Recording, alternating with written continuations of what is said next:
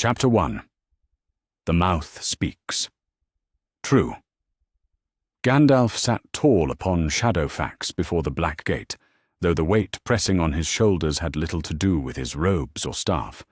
The morning air carried the familiar stench of Mordor, sulphur and ash and something else, something that reminded him uncomfortably of old blood, left too long in stone chambers. He had expected this parley to unfold like the others, threats wrapped in theatrical menace, displays meant to cow hearts already stretched thin by war. He had not expected to feel the cold certainty settling in his chest like winter finding its way through cracks in ancient walls. The Black Gate yawned open with the grinding of metal that had not been oiled in an age. From the darkness beyond, a figure emerged mounted on a fell beast that moved with the liquid wrongness of something that had never known life as mortals understood it.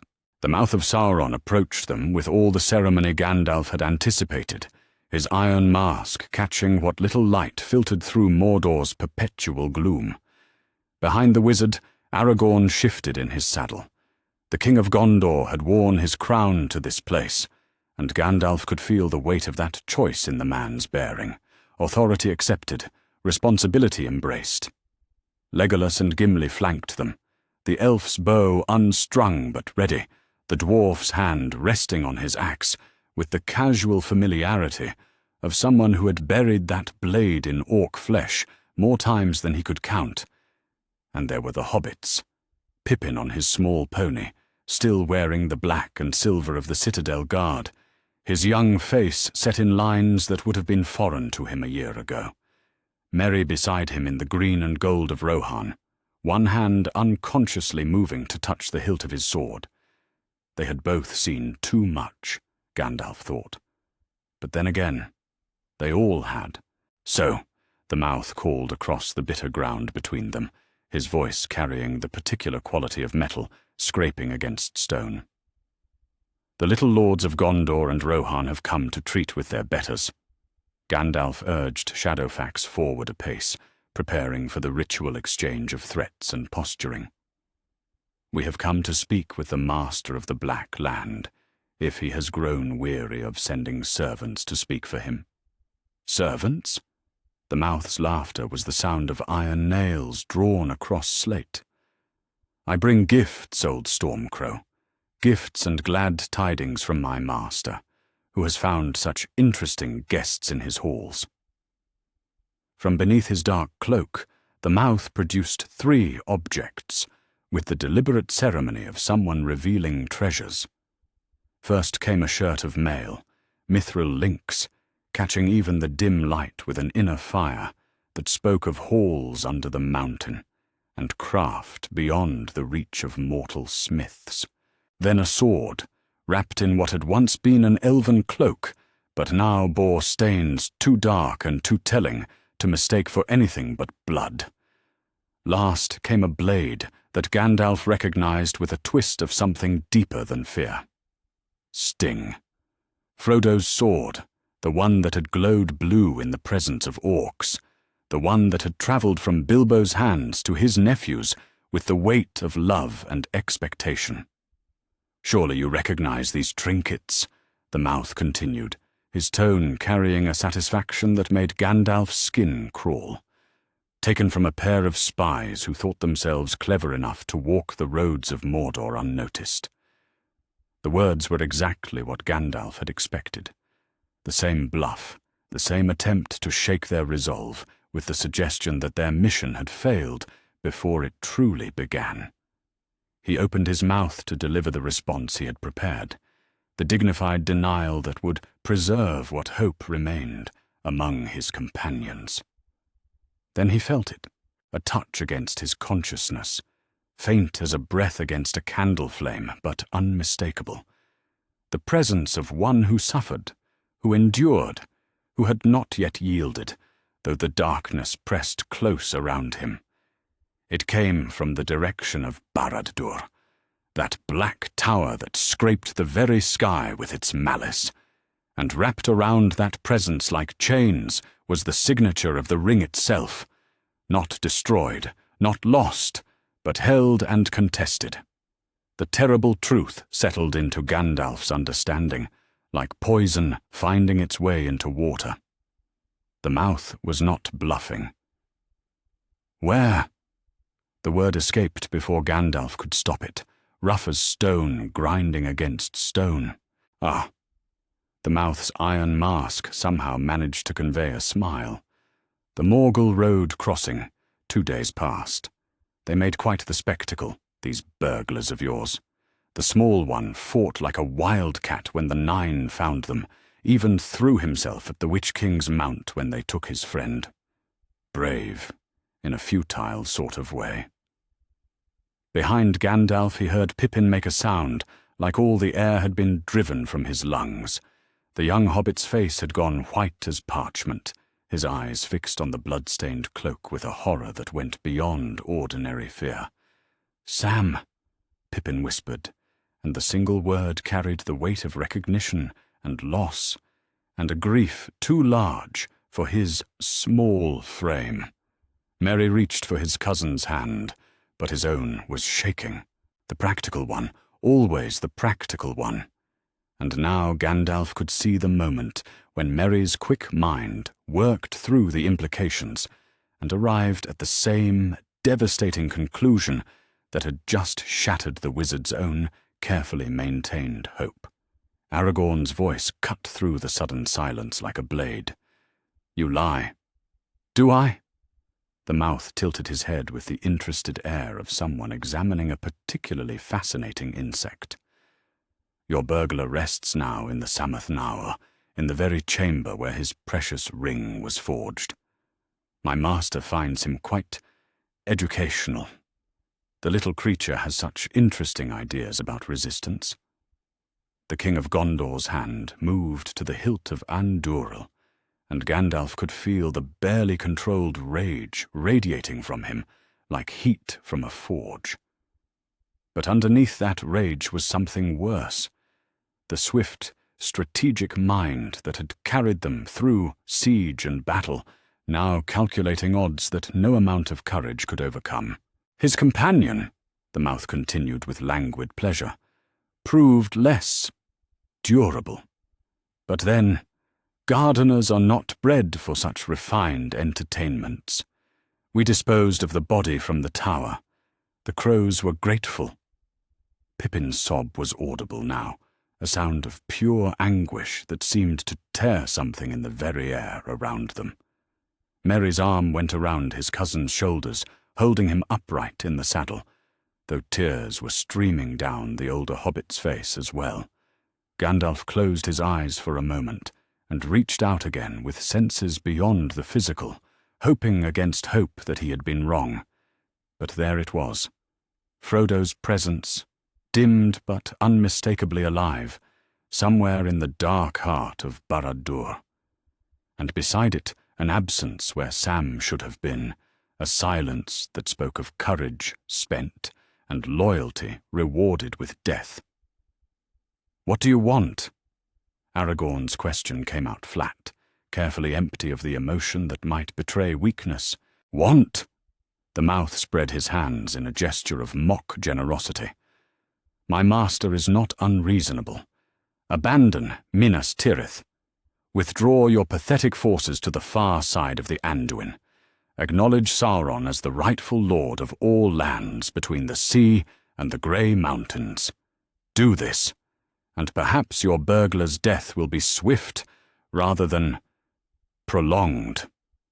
The offer hung in the air between them like smoke from a funeral pyre. Gandalf could feel the calculations running through each of his companions' minds, the weight of every soldier under their command, the families sheltering behind Minas Tirith's walls, the careful alliances that had brought them this far.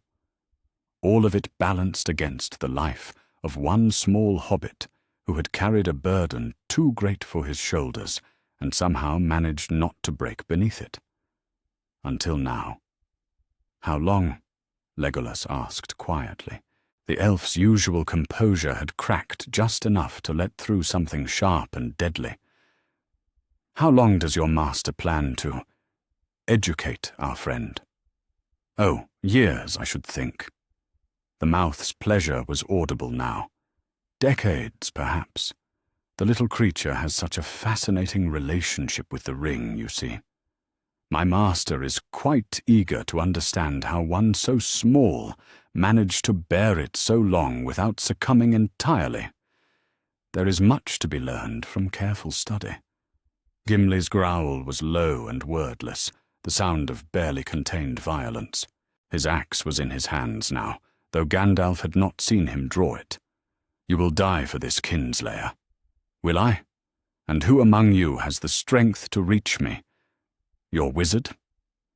The mouth's attention turned to Gandalf with a mockery of courtesy. The Grey Pilgrim, who has spent so much of his strength maintaining hope in hopeless places. Or perhaps the King of Gondor, whose crown sits so heavily on his head when he realizes how many he has led to their doom. Aragorn's jaw tightened, but he said nothing. What was there to say? The mouth spoke truth, and they all knew it. They had come here expecting to die gloriously, buying time for Frodo to reach Mount Doom and end this war with fire and courage. Instead, they had found that their sacrifice was meaningless, their hope built on foundations of ash. I will have an answer before the sun reaches its height, the mouth declared. Surrender, and perhaps your burglar dies swiftly. Refuse, and my master will take great pleasure in ensuring that his screams reach even these stone walls. Choose wisely, little kings. Some fates are worse than defeat.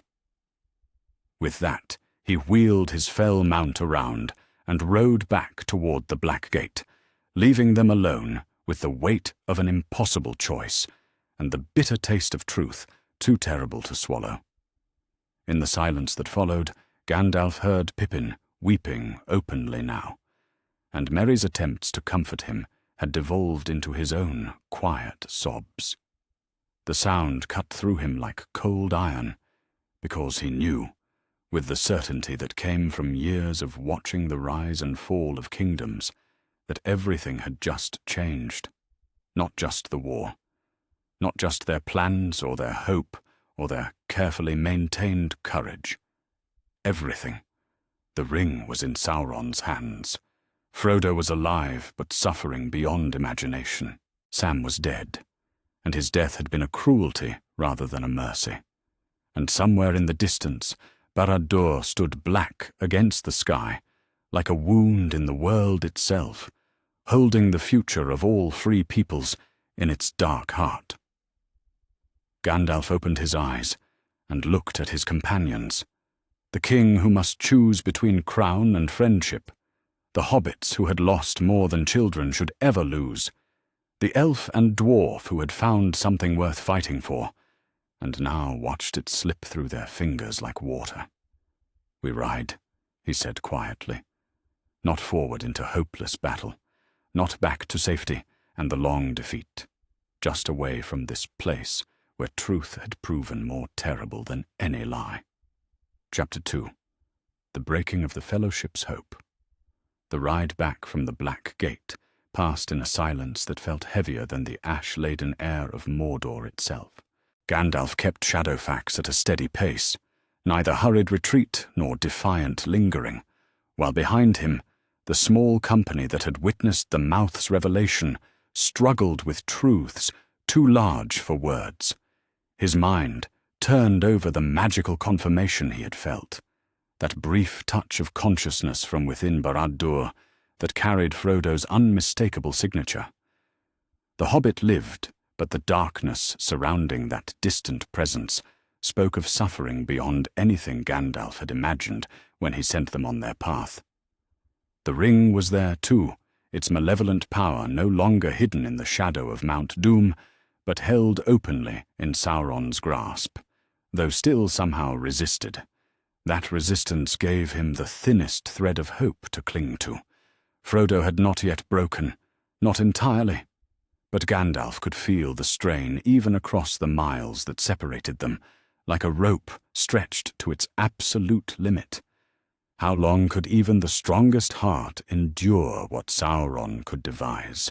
Behind him, Pippin's quiet sobbing had finally stopped, leaving only the sound of horses' hooves on stone and the distant rumble of their army beginning to withdraw from positions they would never have been able to hold.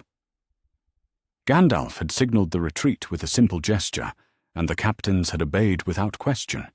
They could all read defeat in his face as clearly as if he had proclaimed it with trumpets. Gandalf.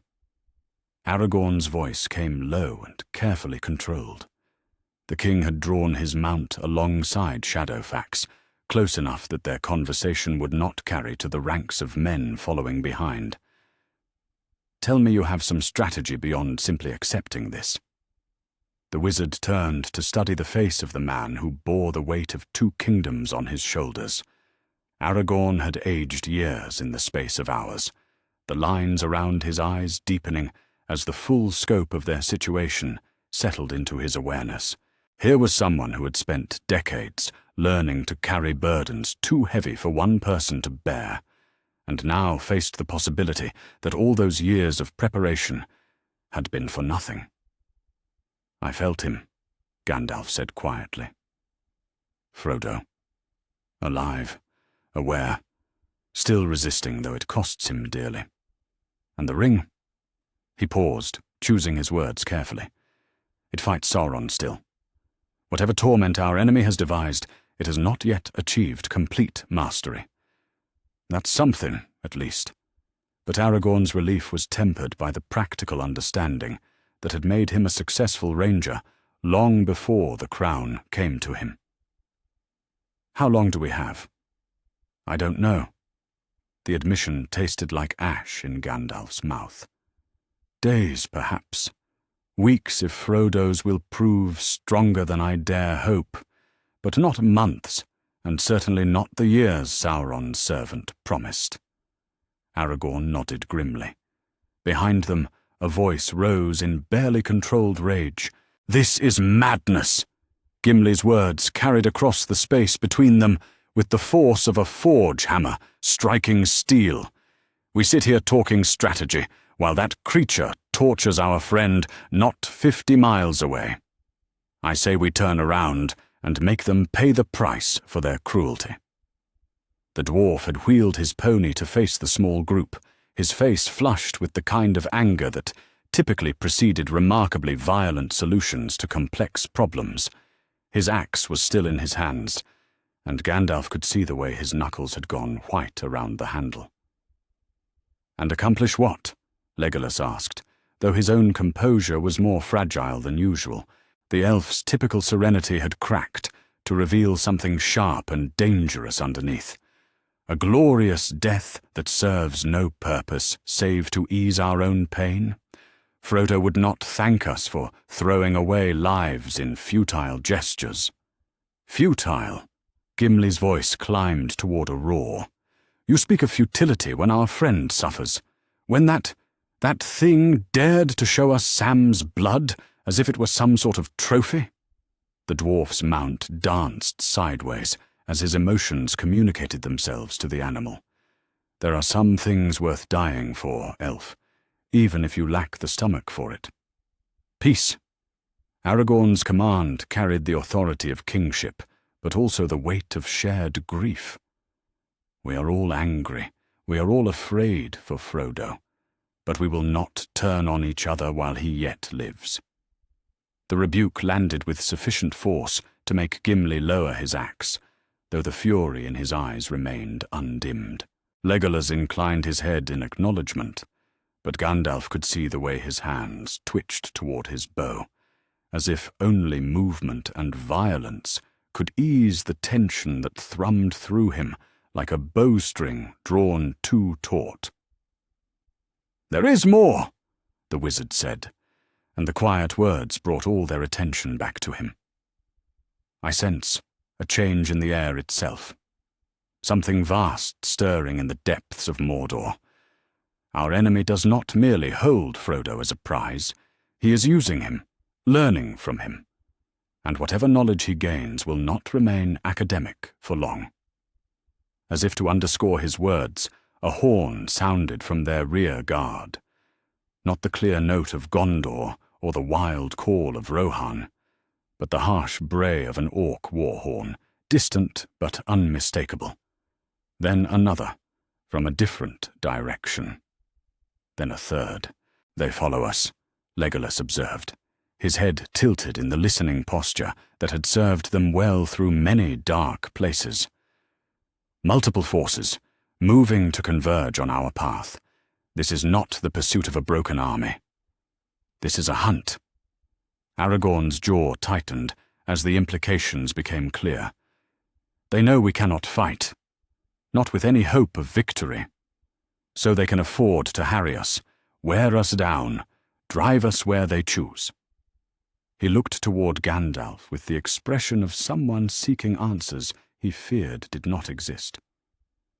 "How long before we reach our own lines?" 2 days of hard riding, if we can maintain our pace," Gandalf replied. "But they will have fresh mounts, and the advantage of knowing this ground better than we do. We will not outrun them simply by trying to move faster." The small council fell silent as they contemplated the mathematics of pursuit and evasion. Behind them, the army of the West maintained its disciplined withdrawal, but Gandalf could feel the uncertainty beginning to spread through the ranks like a contagion. These were men who had followed their leaders into the very teeth of Mordor, because they believed their sacrifice would mean something. Now they found themselves retreating from an enemy that had already won the war's decisive battle in shadows and secrecy. "We could make a stand?" Prince Imrahil's voice came from behind them, as the Dol Amroth Lord urged his horse forward to join their impromptu council. His usually immaculate appearance showed the strain of the past days, dust in his hair, dried blood on his surcoat from the fighting at the Pelennor fields, but his voice carried the same steady authority that had made him invaluable during the siege of Minas Tirith. "Choose ground that favors us, and make them pay for every yard." "And then?" Aragorn asked. "We are outnumbered 10-1, with no hope of reinforcement.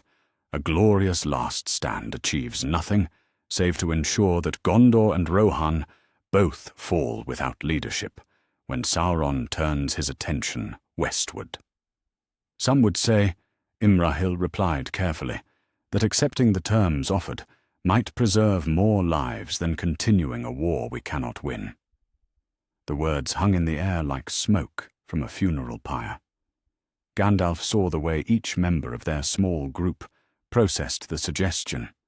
Gimli's face flushing red with outrage, Legolas going very still in the way elves did when they encountered something that offended their deepest sensibilities, Aragorn's features settling into the mask of kingship that concealed whatever personal turmoil lay beneath. But it was Merry who spoke first, his young voice carrying a clarity that cut through the weight of political calculation. "No." The hobbit had been silent since the confrontation at the Black Gate, focused on comforting Pippin through the first shock of grief. Now he guided his pony closer to their circle, with the determined expression of someone who had found solid ground in the midst of shifting sand. "Sam would never forgive us," Merry continued, his voice growing stronger with conviction. "And neither would Frodo. They didn't carry that burden all this way, just to have us trade away everything they fought for at the first sign of defeat." "The lad speaks sense," Gimli growled, some of his anger redirecting itself toward more productive channels. "We've seen what Sauron's mercy looks like. Better to die free than live as slaves, hoping our chains might be comfortable." Pippin looked up from where he had been staring at his mount's neck, his face streaked with tears, but his eyes holding something that might have been resolve. "Besides," he said, his voice rough with grief but steady enough to be heard, "if we surrender now, who's going to rescue Frodo?" The simple question struck them all silent. Here, in 8 words from the youngest among them, was the heart of their dilemma laid bare. All their strategic calculations, All their careful weighing of odds and casualties and political necessity. None of it mattered if they abandoned their friend to torment beyond imagining. Gandalf felt something shift in his chest, like ice beginning to crack under the pressure of running water beneath. "Prince Imrahil," he said, turning to address the Dol Amroth Lord directly. "How many men would follow you back to Minas Tirith if you counselled withdrawal and negotiation?" Imrahil considered the question with the care it deserved. "Most of them, I suspect. They have families, homes, reasons to live beyond glory in battle. They followed us this far because they believed it would end the war. If I told them that ending might still be achieved through other means," he shrugged. "They are soldiers, not poets. They understand practical necessity. And how many would follow you on what appears to be a hopeless mission deeper into enemy territory?" "Few," Imrahil admitted, "though those few would be worth 10 times their number in any other company." Gandalf nodded slowly, pieces of a desperate plan beginning to arrange themselves in his mind like stones being set for a foundation. "Then perhaps we should give our people a choice. Those who would preserve what can be preserved, and those who would attempt what seems impossible." Aragorn studied the wizard's face with the intensity of someone reading a map of treacherous country. "You have something in mind, beyond simply refusing to accept defeat." "The beginning of something, perhaps?" Gandalf's smile was grim as winter. "Tell me, young Pippin, when you asked who would rescue Frodo, did you mean that as a rhetorical question?" The hobbit's eyes widened as he caught the implication. "You think we could actually reach him?" "I think," Gandalf said carefully, "that Sauron has made an error in revealing his prize so openly. He assumes our despair will drive us to surrender or futile heroics. He does not expect us to treat this as what it truly is, a rescue mission that will require all our skill and not a small amount of luck." Another orc horn sounded, closer now, and was answered from their eastern flank. The hunt was tightening around them like a noose, but for the first time since the confrontation at the Black Gate, Gandalf felt something other than dread settling in his chest. Hope was too strong a word for what he carried now, but it was at least the possibility of hope, and sometimes that was enough to begin with. "We ride hard for our lines," Aragorn decided, his voice carrying the authority of command. "Once there, we give our people the choice. Some will remain to defend what we can. Others—" He looked toward the black tower that dominated the eastern horizon. "Others will discover whether friendship can achieve what armies cannot." The pursuit continued behind them, and ahead lay decisions that would reshape the war and perhaps the age. But as they rode toward an uncertain future, Gandalf allowed himself the luxury of believing that the story was not yet finished. After all, it was not the first time that hope had been preserved by the courage of a few when the wisdom of many counseled despair. Chapter 3. The Eagle's Report. The wind beneath Gwaihir's wings carried the stench of Mordor even at this height, where the air should have been clean and sharp with the promise of stars. He had flown higher than any creature save his own kind dared venture, riding the thermals that rose from Mount Doom's fires, watching the Black Tower with the patience that only the great eagles possessed. What he had witnessed there would burn in his memory like a coal that never cooled. Below him, the small camp of the retreating army flickered like a constellation of fireflies against the dark plain. He could see the white figure of Gandalf standing apart from the others, staff planted in the earth, head tilted skyward as if he had been waiting for this moment. The wizard's ability to sense the approach of his kind had grown stronger since his return as the White, and tonight that connection sang with an urgency that matched the terrible news Gwaihir carried. The great eagle descended in a spiral that brought him down like a falling star, his massive wings catching the light of the watchfires as he settled onto the rocky ground before Gandalf, with the careful grace of something that had learned to move gently among smaller, more fragile beings. Gwaihir. Gandalf's voice carried both greeting and question, hope and dread wrapped together in the speaking of a name. Mithrandir. The eagle's reply rumbled from deep in his chest, the sound of wind through mountain passes. I bring word from the dark places, where my eyes can see but my talons cannot reach. Already the others were approaching. Aragorn with the swift stride of a king, accustomed to receiving reports that might change the fate of kingdoms, Legolas moving with the fluid silence that marked all his kind, Gimli stumping forward with his axe still in hand, as if prepared to fight whatever news the eagle might bring. The hobbits came last, Merry supporting Pippin, whose grief had left him unsteady on his feet. "Speak freely," Gandalf said, his staff beginning to glow with a soft white light that pushed back the shadows and created a circle of illumination around their small group. "These have earned the right to hear whatever truth you carry." Gwaihir turned his great head to study each of them in turn, his golden eyes reflecting depths of wisdom that came from soaring above the affairs of earthbound creatures, while still caring enough to involve himself in their struggles. When he spoke, his words came with the careful precision of someone who understood that hope and despair often turned on the smallest details. "I have flown above Barad-dûr these 3 days past, watching the comings and goings of our enemies, counting their strength and marking their movements. What I found there is both worse and better than the reports that reached your ears at the Black Gate." "Worse how?" Aragorn asked, though something in his expression suggested he was not certain he wanted the answer. "The hobbit you call Frodo lives, but his captivity is not the simple imprisonment Sauron's messenger implied. He is held in the Sammath Naur itself, in the very chamber where the ring was first forged." Gwaihir's voice carried the weight of irony too bitter for humor.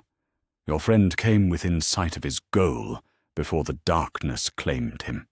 Gandalf's knuckles went white around his staff. "The Sammath Naur, of all the places in Barad-dûr, it serves Sauron's purposes," the eagle continued. "The fires there are not merely for forging. They are a furnace for the will, a crucible where the ring's power can be examined and its secrets laid bare. Your enemy uses them to understand how one so small could bear such a burden for so long without yielding to its influence." "And Sam?" Merry's question came out barely above a whisper, but Gwaihir heard it clearly enough. The great eagle was silent for a long moment, and in that silence they all found their answer. When he finally spoke, his words carried the gentle certainty of someone delivering news of death to those who had already begun to mourn. "The gardener fought with courage beyond his size when they were taken. He threw himself at the Witch King's mount, trying to free his friend even as the Nine surrounded them. For that defiance, Sauron granted him the mercy of a swift death." Gwaihir paused, allowing them to absorb the confirmation of what they had already known in their hearts. "His body was cast from the highest tower 3 days past. I saw the ravens gather below."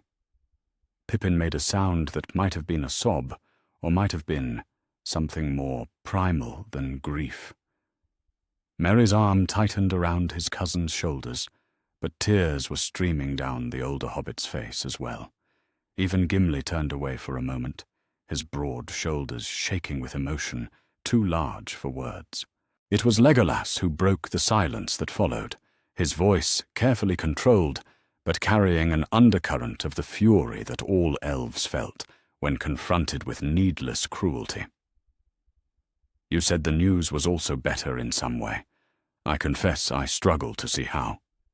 Because, Gwaihir replied, Sauron has not yet achieved what he seeks. I watched from above as he attempted to bend the ring to his will, to make it serve him as it was meant to serve.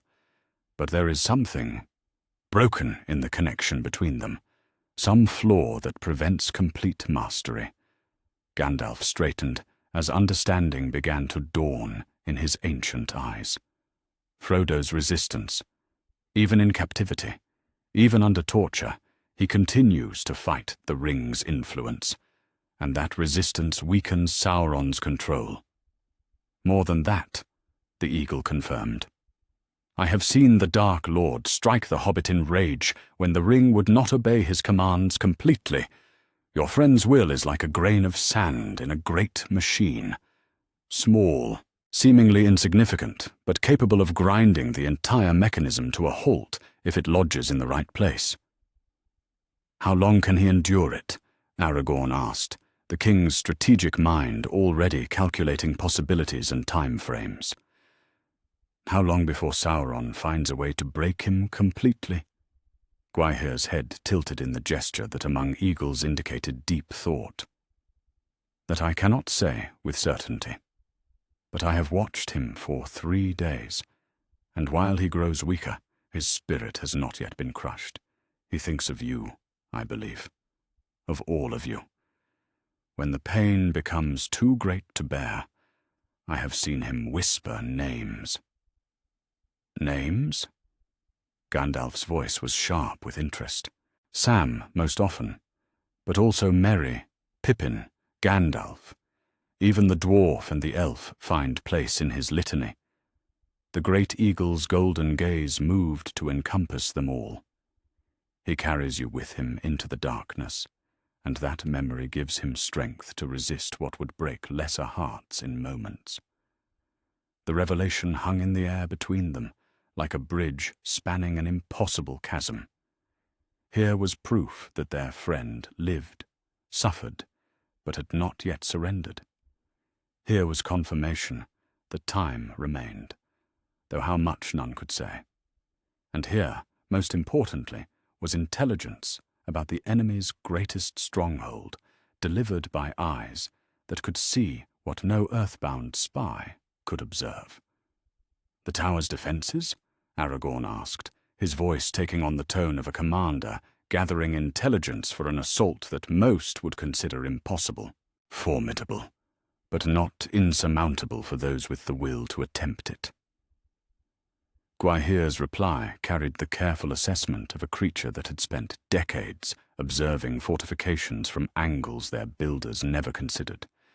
The outer walls are high and well guarded, but there are ways, passages meant for the great fell beasts, landing points where one might gain entry if one possessed wings or extraordinary climbing skill. And the interior? A maze of corridors and chambers, but I have mapped much of it from above. The eagle's voice grew more confident as he spoke of things he had observed directly. The Sammath Naur lies near the tower's heart, accessible by a great stair that winds upward from the main gates. But there are also smaller ways, service passages, ventilation shafts, the routes used by those who maintain the machinery of the Dark Lord's power. Gimli had been listening with the intense focus of someone whose mind was already turning toward practical considerations. You speak as if such a mission might be possible, but how many would it take? How many could it take without drawing attention that would doom the attempt before it began? Few, Gwaihir replied without hesitation. A handful at most.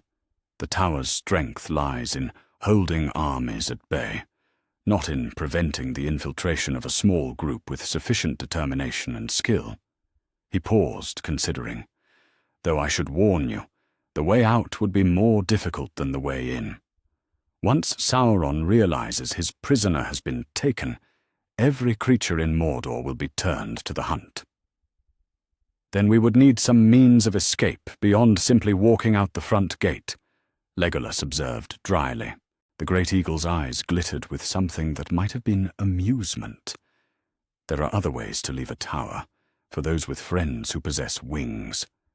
Gandalf stepped forward, his staff's light intensifying as hope and desperate purpose began to align in his mind like stars revealing a navigational chart. "Gwaihir, old friend, what you suggest is dangerous beyond measure. If we fail, if we are captured or killed in the attempt—" "Then Frodo dies anyway," Pippin interrupted, his voice still rough from weeping but carrying a determination that surprised them all. "But at least he would know we tried. At least he wouldn't die thinking we abandoned him." "The lad speaks truth," Gimli growled. "I've had enough of standing about calculating odds while our friend suffers. If there's a way to reach him, then we should take it, and let the consequences follow as they will." Aragorn looked from one face to another, reading the resolve that was crystallizing around this impossible idea, like ice forming on still water. The king in him understood the strategic folly of what they contemplated, the risk of losing their leadership in a doomed rescue attempt when their people needed them to survive and rebuild. But the man who had once been a ranger, who had learned the value of protecting those who could not protect themselves, understood something else entirely. "How soon could such an attempt be made?" he asked, and with those words committed himself to a path that led either to salvation or to a doom shared with those he called friend. "The way is long but not impossible for those willing to travel light and fast," Gwaihir replied. 2 days to reach the tower's vicinity if the paths remain clear. Then the question becomes one of timing and opportunity. "And luck," Legolas added quietly. "We will need a great deal of luck." "Perhaps," Gandalf said, his voice carrying the first note of genuine hope any of them had heard since the confrontation at the Black Gate. "But we will also have something Sauron has forgotten how to account for in his calculations." "What's that?" Merry asked. The wizard's smile was sharp as a blade and twice as dangerous. "We will have love for our friend, and the kind of desperate courage that comes from having nothing left to lose except each other." Above them, the stars wheeled in their courses, marking the passage of time that was running short. But for the first time since learning of Frodo's capture, the members of the Fellowship who remained felt the stirring of something that might yet grow into hope. After all, they had undertaken impossible missions before, and if this one led to their doom, at least it would be a doom chosen in friendship rather than accepted in despair. "When do we leave?" Pippin asked, and in those 4 words lay the commitment of hearts that would not be broken by the mere impossibility of their chosen path. Gwaihir stretched his great wings, preparing for the flight that would carry him back to the high places where eagles kept watch over the affairs of the earthbound. "Rest tonight," he counseled. "Tomorrow, you choose which among you will ride to glory or to death. But tonight, know that your friend yet lives, and that courage may yet find a way where wisdom sees only walls." With that, the great eagle took to the air, leaving them alone with their fears and their desperate, fragile hope, but also leaving them with something they had not possessed before, a plan that might actually work, and the knowledge that Frodo was waiting for them to make good on the bonds of friendship that had carried them all so far. The question now was not whether they would attempt the rescue, but whether any of them would survive it. Chapter 4.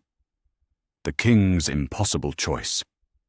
Dawn came to their makeshift camp like a wound opening in the eastern sky, all red light and shadows that seemed to promise nothing good for the day ahead. Aragorn had not slept, though he had lain still enough in his bedroll that the sentries might have thought him at rest. Instead, he had spent the long hours before sunrise weighing choices that no king should have to make, each option carrying consequences that would ripple outward through the lives of thousands. The weight of the crown had never felt heavier than it did, as he rose and walked to where the watchfires had burned low, their embers glowing like the eyes of some great beast watching from the darkness. Around him, the camp stirred with the reluctant movement of men who knew they faced another day of hard riding with enemies at their heels and no clear destination that promised safety. "You're awake early, Your Majesty." Prince Imrahil's voice came from the shadows near the picket lines, where the Prince of Dol Amroth had been checking the horses with the methodical care of someone who understood that their survival might depend on the strength of their mounts. Or perhaps you never slept at all. Sleep seemed unimportant. Aragorn moved to join the older man among the horses, finding comfort in their solid presence and the familiar smell of leather and horsehair. There are decisions to be made, and the luxury of rest will have to wait until they are behind us. Imrahil studied the king's face in the growing light, reading the strain there with the experience of someone who had held command during dark times. "The Eagle's news has given you options you did not possess yesterday, but not, I think, options that make your choice any easier." "No," Aragorn agreed quietly. "If anything, Gwaihir has made the choice harder by making it possible to believe we might actually succeed. In rescuing the Hobbit, you mean? In rescuing Frodo, yes. But at what cost?" Aragorn's hand moved unconsciously to the hilt of Onduril, a gesture that had become habitual whenever he faced decisions that carried the weight of crown and kingdom. "If I lead our best warriors on what amounts to a suicide mission into the heart of Mordor, what happens to the people who look to us for protection?" Before Imrahil could answer, the sound of approaching footsteps drew their attention. Eomer emerged from the morning shadows with the rolling gait of someone more comfortable on horseback than on foot, but moving with the swift purpose of a man who had already made his own calculations about the day ahead. "My lords," the King of Rohan said, by way of greeting, though his eyes were fixed on Aragorn with an intensity that spoke of decisions already reached. "We need to gather the council. The scouts report orc forces closing from 3 directions, and we have perhaps 2 hours before we are forced to fight or run." "And Gandalf?" "Already waiting with the others," Eomer replied. "Along with the elf, the dwarf, and the hobbits. Whatever we decide quickly." The war council that gathered around the remains of the largest fire was smaller than those that had planned the great campaigns of the past months, but the weight of what they faced seemed to press down on them with more force than any assembly of generals had ever carried. Gandalf stood with his white staff planted in the earth beside him, his grey eyes holding depths that spoke of sleepless hours spent in contemplation of futures too dark to name. Legolas and Gimli flanked him, the elf's usual serenity replaced by something sharp and focused, the dwarf's hands moving restlessly on his axe handle as if preparing for battle was the only way he could process the magnitude of their situation. Merry and Pippin sat close together on a fallen log, their young faces bearing expressions of determined resolve that would have been foreign to them when they first left the Shire. The transformation from sheltered hobbits to seasoned campaigners was complete, though the price of that transformation showed in the lines around their eyes and the way they held themselves, alert, watchful, ready for whatever new loss the day might bring. "Speak plainly," Aragorn said without preamble. "We have little time, and the luxury of diplomatic language died at the Black Gate yesterday. What are our options?" Imrahil was the first to respond, his voice carrying the weight of duty and practical necessity. "We retreat to Minas Tirith, consolidate our forces, and prepare for siege. The city can hold for months, perhaps long enough for aid to come from distant allies, or for some other opportunity to present itself. "Aid from where?" Eomer asked, though his tone suggested he already knew the answer. "Rohan is with us here. Dale and Erebor are too distant to matter. The elves—" He glanced at Legolas, who shook his head slightly. "The elves have given what they can. If we retreat to siege, we retreat to defeat postponed, not defeat avoided." "Perhaps," Imrahil acknowledged. "But postponed defeat allows our people to live a few months longer, to say farewell, to make peace with their gods. Is that not worth something?" "It is worth a great deal," Gandalf said quietly, "if we can be certain that Sauron will be content to simply wait us out. But I fear our enemy has no intention of allowing us the luxury of a prolonged siege. With the ring in his possession and Frodo's knowledge slowly being extracted, he will find ways to end our resistance quickly and thoroughly." Gimli's growl rumbled from deep in his chest. "Then we make him pay for it. I say we give him the fight he's not expecting. Small forces, moving fast, striking where he thinks himself safe." The dwarf's eyes glittered with a dangerous light. "You remember the Khazad-dûm gambit, Legolas? When my kinfolk struck at the heart of the orc stronghold while the main force drew their armies away." "I remember," the elf replied, his voice carrying the careful neutrality that meant he was giving serious consideration to what might otherwise sound like madness. "It succeeded because the enemy expected conventional warfare. They had prepared for armies, not for a handful of warriors willing to die to achieve a single, crucial objective." "And what objective would that be in our current circumstances?" Aragorn asked, though something in his tone suggested he already suspected the answer. "Frodo," Pippin said before anyone else could respond. The young hobbit's voice was steady, but his hands were clasped tightly in his lap, as if to keep them from shaking. "We go after Frodo. All the strategy and politics and careful planning. None of it matters if we leave him to suffer while we hide behind walls and hope for miracles." "It would be suicide," Imrahil pointed out gently. "A handful of warriors against all of Mordor. Even if you somehow reached Barad-dûr, even if you managed to free him, how would you escape? The moment Sauron realizes what has happened, every orc, troll, and fell creature in his service will be hunting you." "Gwaihir spoke of ways out for those with winged allies," Legolas said. "It would be dangerous beyond measure, but not necessarily impossible." "Not impossible," Eomer agreed, his voice taking on the tone of someone who had made his choice and was now prepared to defend it. "And if we succeed, we deny Sauron the prize he values most.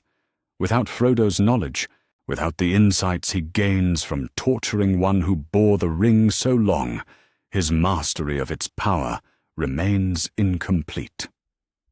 Aragorn felt the weight of their expectation settling on him like a physical burden. Here, in the space of a few sentences, was the choice that would define not only his reign, but his honor as both king and friend. Lead the rescue and leave his people defenseless, or protect his people and abandon Frodo to a fate worse than death. The practical choice was obvious. The kingly choice was clear. But neither felt like something he could live with. "If we divide our forces," he said slowly, working through the implications as he spoke. "The main army retreats to Minas Tirith under Prince Imrahil's command. A small force, volunteers only, makes the attempt on Barad-dûr. Those who choose the rescue know they likely do not return, but those who choose the retreat preserve what can be preserved." "And you, my lord?" Imrahil asked quietly. "Which force do you lead?" The question hung in the air like smoke from a funeral pyre. Aragorn could feel each of his companions watching him, waiting for the answer that would reveal what manner of king he intended to be. The crown demanded he stay with the armies, preserve the symbol of authority that gave meaning to their resistance. Honor demanded he lead the rescue of a friend who had sacrificed everything for the cause they all served. It was Merry who broke the silence, his voice carrying a quiet determination that somehow made his youth irrelevant. "I volunteer for the rescue." The words hit the circle like stones dropped into still water, creating ripples that seemed to change everything around them. Merry stood as he spoke, his hand moving to the hilt of the sword that had already tasted orc blood at the Pelennor fields. "You can't be serious," Eomer began, but the hobbit cut him off with a gesture that carried surprising authority. "Frodo is my cousin, but more than that, he's my friend. The closest thing to a brother I've ever had. I won't abandon him now, when he needs us most." Merry's eyes moved around the circle, challenging each of them to question his resolve. "I know I'm not the strongest or the most skilled fighter here, but I know Frodo better than any of you, and if there's something in that knowledge that might help us reach him, then I belong on this mission." "As do I." Pippin was on his feet before anyone could protest, his young face set with determination that brooked no argument. "Where Merry goes, I go. We started this journey together, and we'll finish it together." Gimli's bark of laughter was harsh, but not unkind.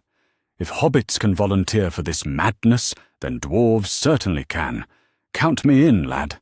I've got scores to settle with the creatures that hurt our friend." "And I," Legolas said simply, "the bonds of the fellowship are not easily broken, even by death, especially not by death." All eyes turned to Gandalf, who had remained silent throughout the exchange. The wizard's face was grave, his grey eyes holding depths of sorrow that spoke of futures seen and choices weighed on scales too complex for mortal understanding. "I will go," he said finally, "though I fear I lead you toward a doom I cannot prevent and dare not avoid. The path ahead is dark, and I cannot promise that wisdom or power will be sufficient to bring us through it." "That leaves the choice with you, my king," Eomer said quietly. "Command the retreat to Minas Tirith, or lead the rescue into Mordor. But decide quickly. Our scouts report the enemy vanguard is less than an hour away." Aragorn closed his eyes for a moment, feeling the weight of every life that would be affected by his choice. The people of Gondor, who looked to him for protection, the soldiers who had followed him this far, trusting in his leadership, the members of the fellowship who stood ready to die for the sake of friendship. When he opened his eyes, the decision was clear. Not easy, never easy, but clear.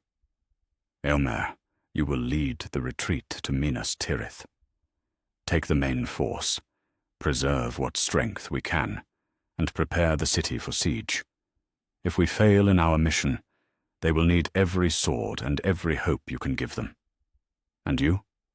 Aragorn's smile was grim as winter, but it held a warmth that spoke of choices made not from duty, but from love. "I will go with my friends to bring home one who has already paid too high a price for the freedom we all seek." The decision, once made, seemed to change the very air around them. No longer was this a council of war trying to choose between bad options. Now it was a gathering of volunteers preparing for a mission that would demand everything they had and offer no guarantee of success. "How many?" Gimli asked practically. "As few as possible," Gandalf replied. "Speed and stealth will serve us better than numbers. The 6 of us. Perhaps a few others who have skills we cannot do without." "Beregond," Aragorn said immediately. "If we're to infiltrate a fortress, we need someone who understands how such places are built and defended. And," he paused considering, "a handful of rangers, men who can move quietly and strike quickly when the need arises. "When do we leave?" Pippin asked, and there was no fear in his voice now, only the eager anticipation of someone who had found purpose in what others saw as madness. "Within the hour," Eomer answered, "before the Orc forces close our escape routes and make the choice for us." The War Council dissolved as each member moved to prepare for journeys that would take them in vastly different directions. But as they separated, Aragorn felt something he had not expected: relief. Not because the choice had been easy, but because it had been right. Whatever the cost, whatever the consequences, he would not have to live with the knowledge that he had abandoned a friend to preserve a crown. After all, what good was a kingdom if it was not worth the sacrifice of those who loved it? The sun climbed higher, burning away the red promise of dawn and replacing it with the harsh light of a day that would test them all beyond their limits.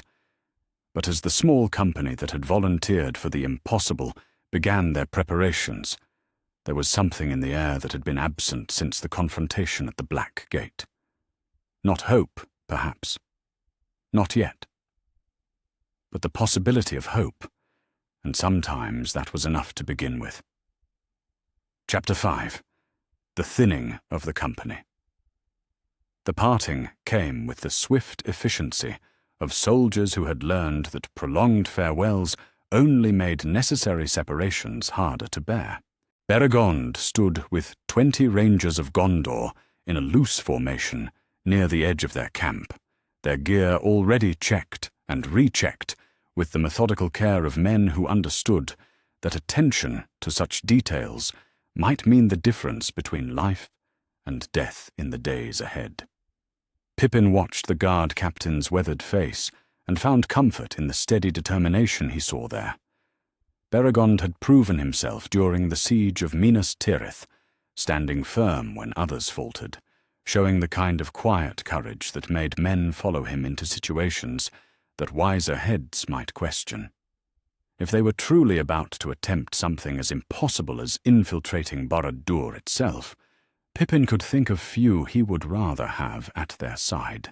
23, all told, Gandalf said quietly, his voice carrying just far enough to reach the small group that had committed themselves to this desperate venture. Plus myself, making 24. Not an army, but perhaps enough for what we must accomplish. Aragorn stood with them, though he would not be joining their march into shadow. The king's choice had been made, and his path led back toward Minas Tirith with the main force, carrying with him the weight of preserving what remained of their organized resistance. But his presence here, his willingness to see them off personally, spoke to bonds that went deeper than strategy or politics. The paths Legolas has identified will take you around the main Orc concentrations, Aragorn said, unrolling a map that had been marked with the elf's careful notations. But once you reach Mordor itself, you will be beyond any help we might send. If the mission fails— Then it fails, Gimli interrupted gruffly. But at least we'll have tried, which is more than we could say if we simply retreated to hide behind walls while our friend suffers. There is wisdom in that, said a new voice, and they all turned to see Eomer approaching with his own travel gear slung over his shoulder. The King of Rohan's face was set with the kind of determination that brooked no argument. Which is why Erkenbrand will lead my riders back to join the defense of Minas Tirith, while I join this fool's errand of yours. Eomer, Aragorn began, but the younger king cut him off with a gesture. My debt to the halflings is as great as anyone's here, Eomer said firmly. They helped save my sister, helped free my people from the shadow that had fallen across our lands. I will not abandon Frodo now, when he most needs the aid of friends. Gandalf studied the King of Rohan's face for a long moment, reading something there that satisfied whatever questions he might have had about the wisdom of accepting another volunteer for their company. Very well. 25, then. The eagles will need to know our numbers when the time comes for our departure.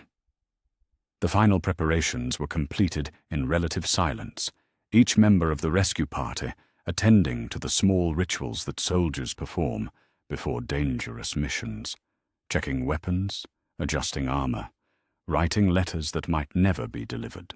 The Rangers moved with the fluid efficiency of men who had spent years operating in small groups behind enemy lines, while Beregond supervised the distribution of supplies with the eye of someone who understood that every ounce of weight would matter on a journey where speed might be their only advantage. Merry found himself standing beside one of the younger Rangers, a man barely out of his youth, whose hands showed only the slightest tremor as he checked his bowstring for the third time in as many minutes. "First time on a mission like this?" the hobbit asked quietly. The ranger looked down at him with surprise, as if he had not expected conversation from one of the legendary halflings. "First time volunteering for certain death, if that's what you mean," he replied with a humor that was only partly forced. "But then, I suppose we're all new to that particular experience." "Not as new as you might think," Merry said, remembering Fangorn and Isengard, the Pelennor fields, and all the moments when death had seemed not just possible but inevitable. "The trick is to focus on what comes next, not what might happen after that." "And what comes next?" Merry's smile was grim but genuine. "We walk into Mordor and rescue our friend. Everything else is just details." The farewells, when they came, were brief and purposeful. Aragorn clasped hands with each member of the company, his words few, but carrying the weight of someone who understood he might never see these faces again. Prince Imrahil offered tactical advice to Beregond about fortress assault, knowledge gleaned from decades of warfare along Gondor's borders. The main army began its own march toward Minas Tirith, men looking back over their shoulders at the small group that would be traveling in the opposite direction. "Well," Legolas said, as the last of the retreating forces disappeared beyond a low ridge, "I suppose we should begin earning our epitaph as the bravest fools in Middle-earth." The paths the elf had identified led them through country that had once been green and growing before Mordor's shadow fell across it. Now the land bore the scars of decades under the Dark Lord's influence. Streams that ran black with ash, trees that stood leafless and dead despite the spring season, grass that crunched underfoot like old bones.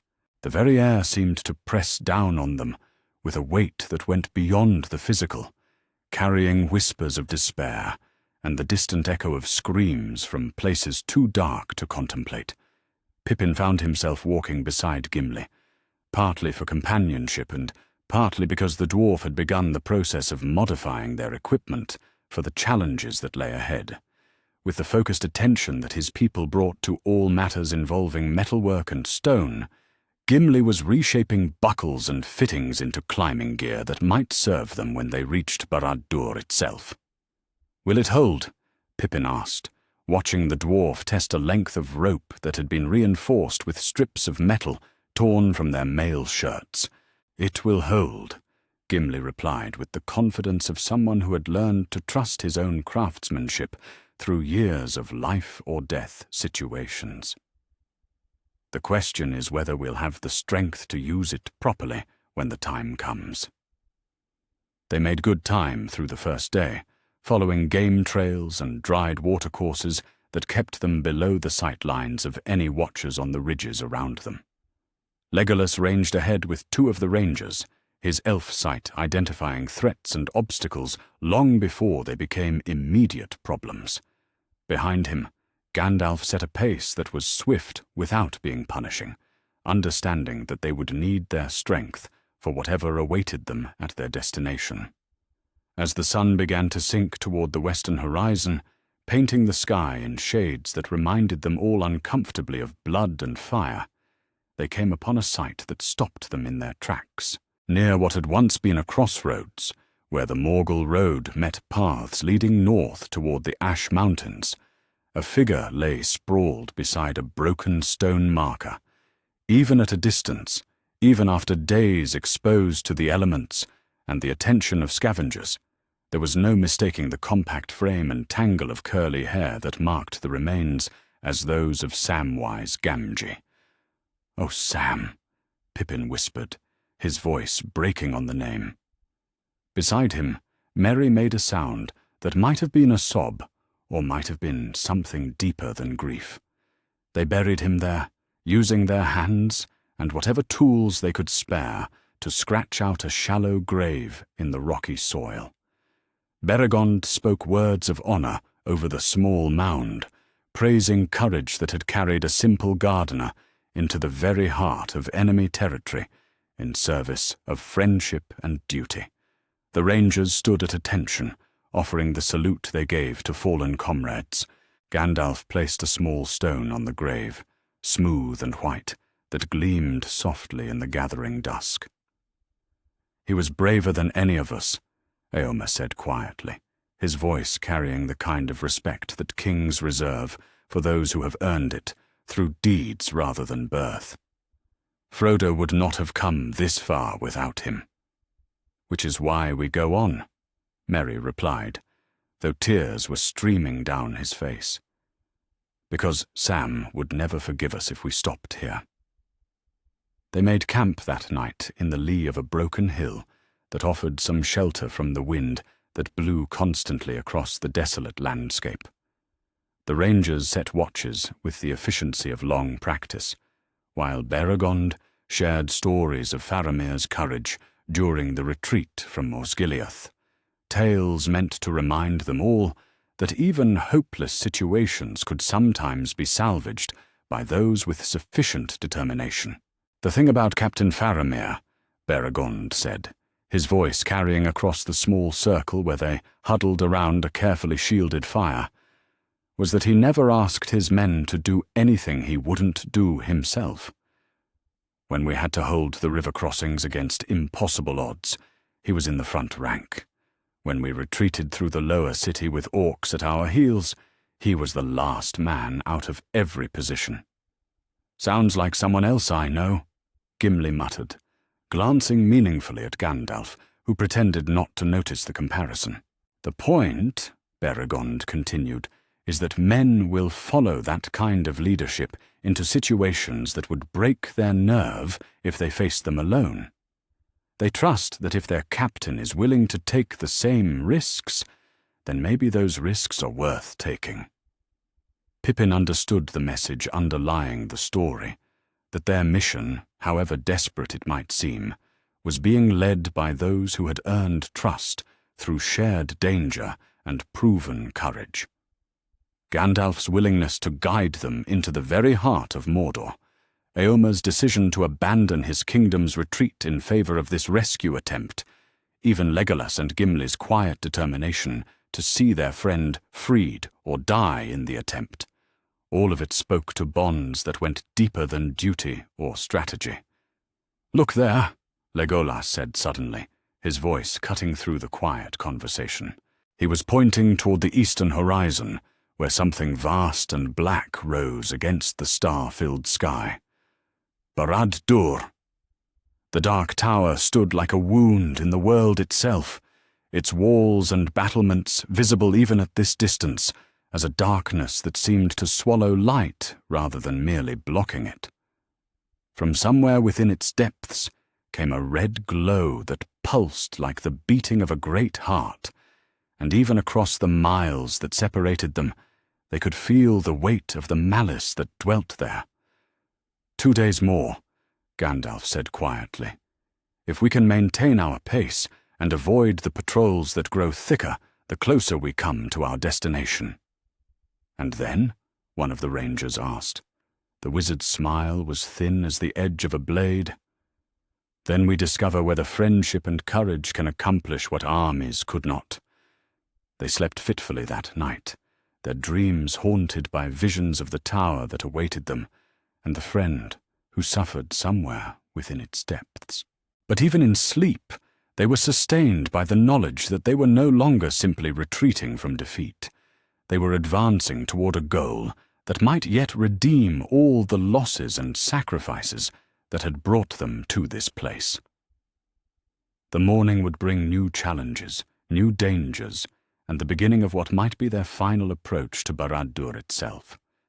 But tonight, they were still together, still moving forward, still carrying the hope that love might prove stronger than the darkness that had fallen across their world. After all, they had come too far to stop now, and Frodo was still waiting for them to keep the promises that friendship demanded. Chapter 6. The Tower of Sauron's Strength. The pain had become a constant companion, like the weight of the ring had been during those long months of carrying it toward Mount Doom. But where the ring's burden had been a steady pressure that wore at his will with relentless persistence, this agony came in waves that crashed over Frodo's consciousness with the cruel rhythm of a tide designed to break rather than simply erode. He hung suspended in chains that had been forged specifically for this purpose, their metal warm, with a heat that never quite burned, but never allowed him to forget their presence. The chamber around him pulsed with the same red glow that had emanated from the ring during its darkest moments, and he could feel Sauron's attention on him like a weight that pressed down from all sides. "You continue to resist." The Dark Lord's voice came from everywhere and nowhere, a sound that seemed to bypass his ears entirely and speak directly to the places in his mind where fear lived. Even now, when your body has been brought to the very edge of what it can endure, you cling to defiance like a child clutching a broken toy. Frodo tried to speak, to offer some response that might carry even a fragment of the courage that had sustained him through so many dark places. But his throat was too parched, and his strength too depleted for words. Instead, he focused on the one thing that had kept him sane through 5 days of torment. The faces of his friends, the memory of their voices, the certainty that they would not abandon him, even if rescue was impossible. "Do you know what your resistance costs?" Sauron continued, and now there was something new in that terrible voice. Frustration, perhaps even a hint of uncertainty. "The ring fights me still because you taught it to fight. Your will, your stubborn hobbit determination to carry what could not be carried, has left its mark on my creation. Even now, with the precious thing upon my finger, I cannot command its full power, because part of it still remembers your touch." The revelation hit Frodo like a physical blow, though not one that brought pain. Instead, it brought understanding, and with understanding came something he hadn't felt since his capture. Hope. His suffering was not meaningless. His refusal to break, his determination to endure whatever Sauron devised, was actively preventing the Dark Lord from achieving the complete mastery he sought. "You begin to understand," Sauron said, and the frustration in his voice was clearer now. "Every moment you resist is a moment I cannot fully claim what is mine by right. Every breath you draw in defiance is a delay to the conquest that should already be complete. But that understanding will not save you, little bearer. It will only make your eventual breaking all the more satisfying." Frodo closed his eyes and thought of Sam, of the gardener's unwavering loyalty, and the simple courage that had carried them both so far from the green fields of the Shire. He thought of Merry and Pippin, of their laughter and their fierce protectiveness of those they loved. He thought of Gandalf's quiet wisdom, Aragorn's steady strength, Legolas's grace, and Gimli's stalwart friendship. As long as he could hold those memories, as long as he could remember what it felt like to be loved, and to love in return, Sauron could not touch the part of him that mattered most.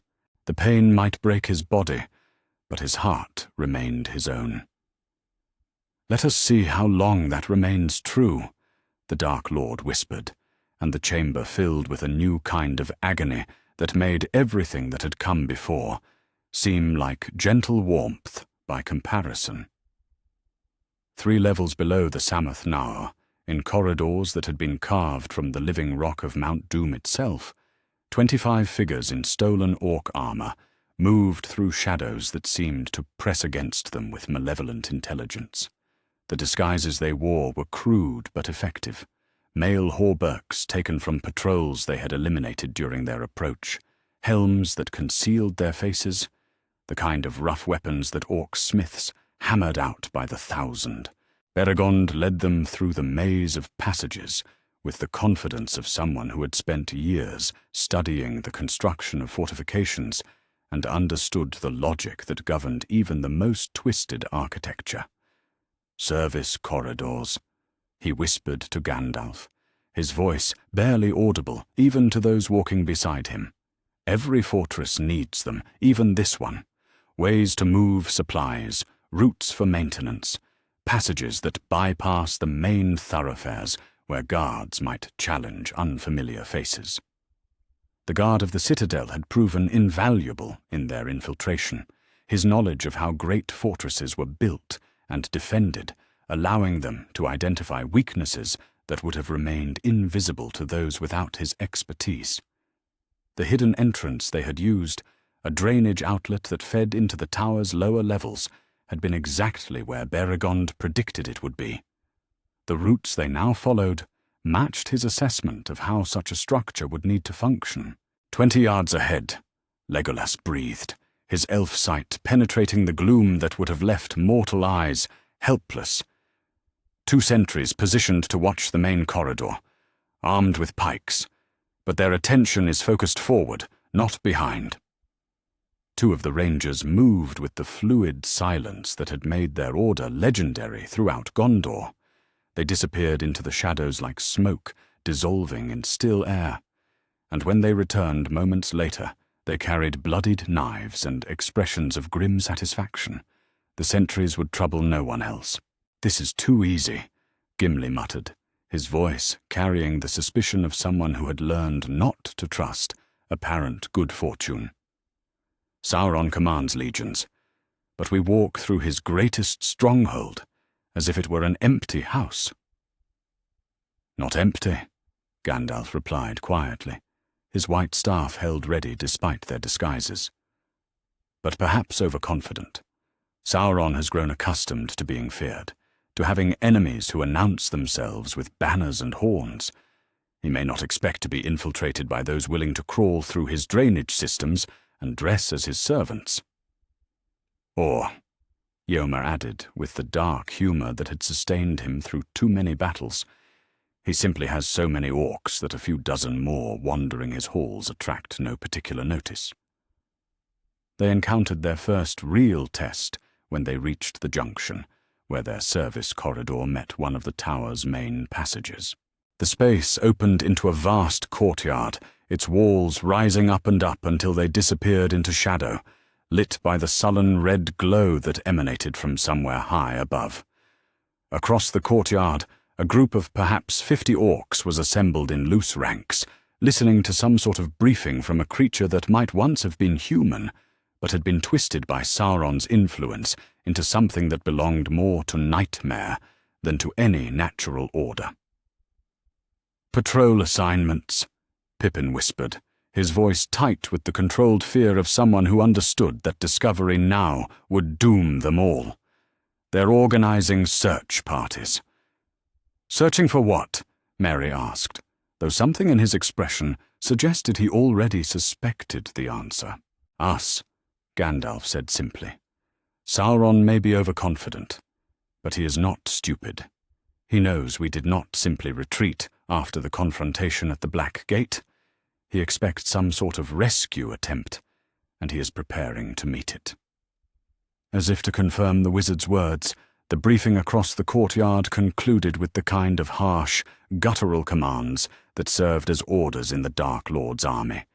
The orc companies dispersed, some heading for exits that would take them to the tower's outer perimeter, others climbing stairs that led to the middle levels where important prisoners might be held. "We need to move," Beregond said urgently, "before they establish a search pattern that makes passage impossible." But even as he spoke, new sounds echoed through the great space, the beat of wings that belonged to no natural creature, and a presence that made the very air seem to thicken with dread. One of the 9 was approaching, its fell steed carrying it toward the courtyard, with the purposeful flight of something that had caught a scent it recognized. "Down!" Gandalf hissed, and they pressed themselves against the walls of their corridor as the Nazgul swept overhead. But the wizard was already weaving a concealment around them, his power wrapping their company in shadows that would make them difficult to distinguish from the stones and rubble that littered the tower's lower levels. The effort cost him. Pippin could see the way Gandalf's shoulders sagged slightly, the way his grip on his staff tightened, as if it were the only thing keeping him upright. The magic that had seemed inexhaustible during their earlier adventures was being stretched thin by the constant need to hide their presence from creatures whose senses were attuned to detect exactly the kind of intrusion they represented. The Nazgul circled the courtyard twice, its mount's wings creating currents of air that carried the stench of decay and the cold that came from places where hope had never existed. But Gandalf's concealment held, and eventually the fell creature moved on to search other areas of the tower. "That was too close," one of the rangers muttered, his voice shaking slightly despite his obvious efforts to maintain composure. "It will get closer before we're done," Legolas replied, though there was no mockery in his words, only the acknowledgement of someone who understood that fear in such circumstances was not cowardice, but sanity. "The question is whether our luck holds long enough for us to reach the Sammath Naur." They moved deeper into the tower, following Beregond's guidance and the intelligence Gwaihir had provided about the fortress's internal structure. The passages grew narrower as they climbed, and the oppressive weight of the structure above them pressed down like the attention of some vast, malevolent consciousness. The very stones seemed to whisper of torment and despair, and more than once Pippin found himself fighting the urge to simply turn around and run back toward the clean air and starlight they had left behind. "There," Beregond said finally, pointing toward an opening that led to what appeared to be a wider corridor. "If Gwaihir's information is accurate, that passage should take us to the base of the inner tower. From there, we climb." But as they prepared to leave the relative safety of their hidden route, the sound they had all been dreading echoed through the fortress. Alarm bells, their harsh clamor announcing to every creature in Barad-dûr that intruders had been detected. "They know we're here," Éomer said, his hand moving instinctively to his sword hilt, despite the uselessness of such weapons against the numbers they would face if discovery led to open confrontation. "Not necessarily," Gandalf replied, though his voice carried strain that spoke of power used and stretched beyond its limits.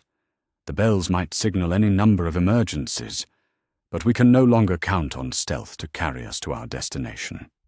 "Then we move fast," Gimli decided, his axe appearing in his hands as if by magic, "before they organize a proper search." The narrow corridor gave way to the base of the inner tower, and suddenly they found themselves looking up a stairway that seemed to stretch toward the very heart of Mount Doom itself. Somewhere far above, they could hear sounds that made their hearts race with hope and terror in equal measure. Sounds that might have been screams, or might have been the wind whistling through stone passages, but which carried with them the unmistakable signature of suffering that had reached the very limits of endurance. "Frodo," Merry whispered, his young face set with determination that would have been impossible to imagine when they first left the Shire. "He's up there." "Yes," Gandalf agreed, his grey eyes reflecting depths of sorrow and resolve that spoke of choices made and prices accepted. And if we mean to reach him before Sauron's servants find us, we climb now. The alarm bells continued to ring as they began their ascent, each step taking them closer to a confrontation that would test not only their strength and courage, but the very bonds of friendship that had carried them so far from the green hills of home. Above them, the tower stretched toward shadow and flame, holding their friend in its heart like a jewel wrapped in thorns. Behind them, the hunt was beginning, as every creature in Sauron's service turned its attention to finding the intruders who had dared to violate the sanctity of the Dark Lord's greatest stronghold. But they climbed anyway, because they were no longer just a company of warriors attempting a rescue. They were friends who had promised never to abandon each other, and some promises were worth keeping even unto death. The stairs wound upward into darkness, and somewhere in that darkness Frodo waited for them to keep their word. Chapter 7. The Ascent of Despair. The stairway had become a killing ground, each step carved from stone that was now slick with blood and echoing with the screams of orcs who had learned too late that the intruders climbing toward their master's prize were not the easy prey they had expected. Gimli planted himself across the narrow passage like a boulder dropped into a mountain stream, his axe spinning in deadly arcs that turned everything within reach into broken armor and spilled life. "They keep coming," the dwarf growled between breaths that came hard and sharp, his mail torn in 3 places, and his beard matted with blood that was not entirely his own.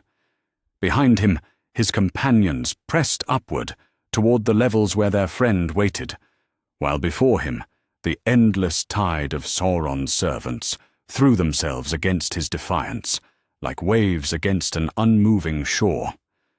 An orc captain, larger and better armed than the rest, pushed through the press of bodies with a sword that gleamed with edges too sharp for any honest smith's work.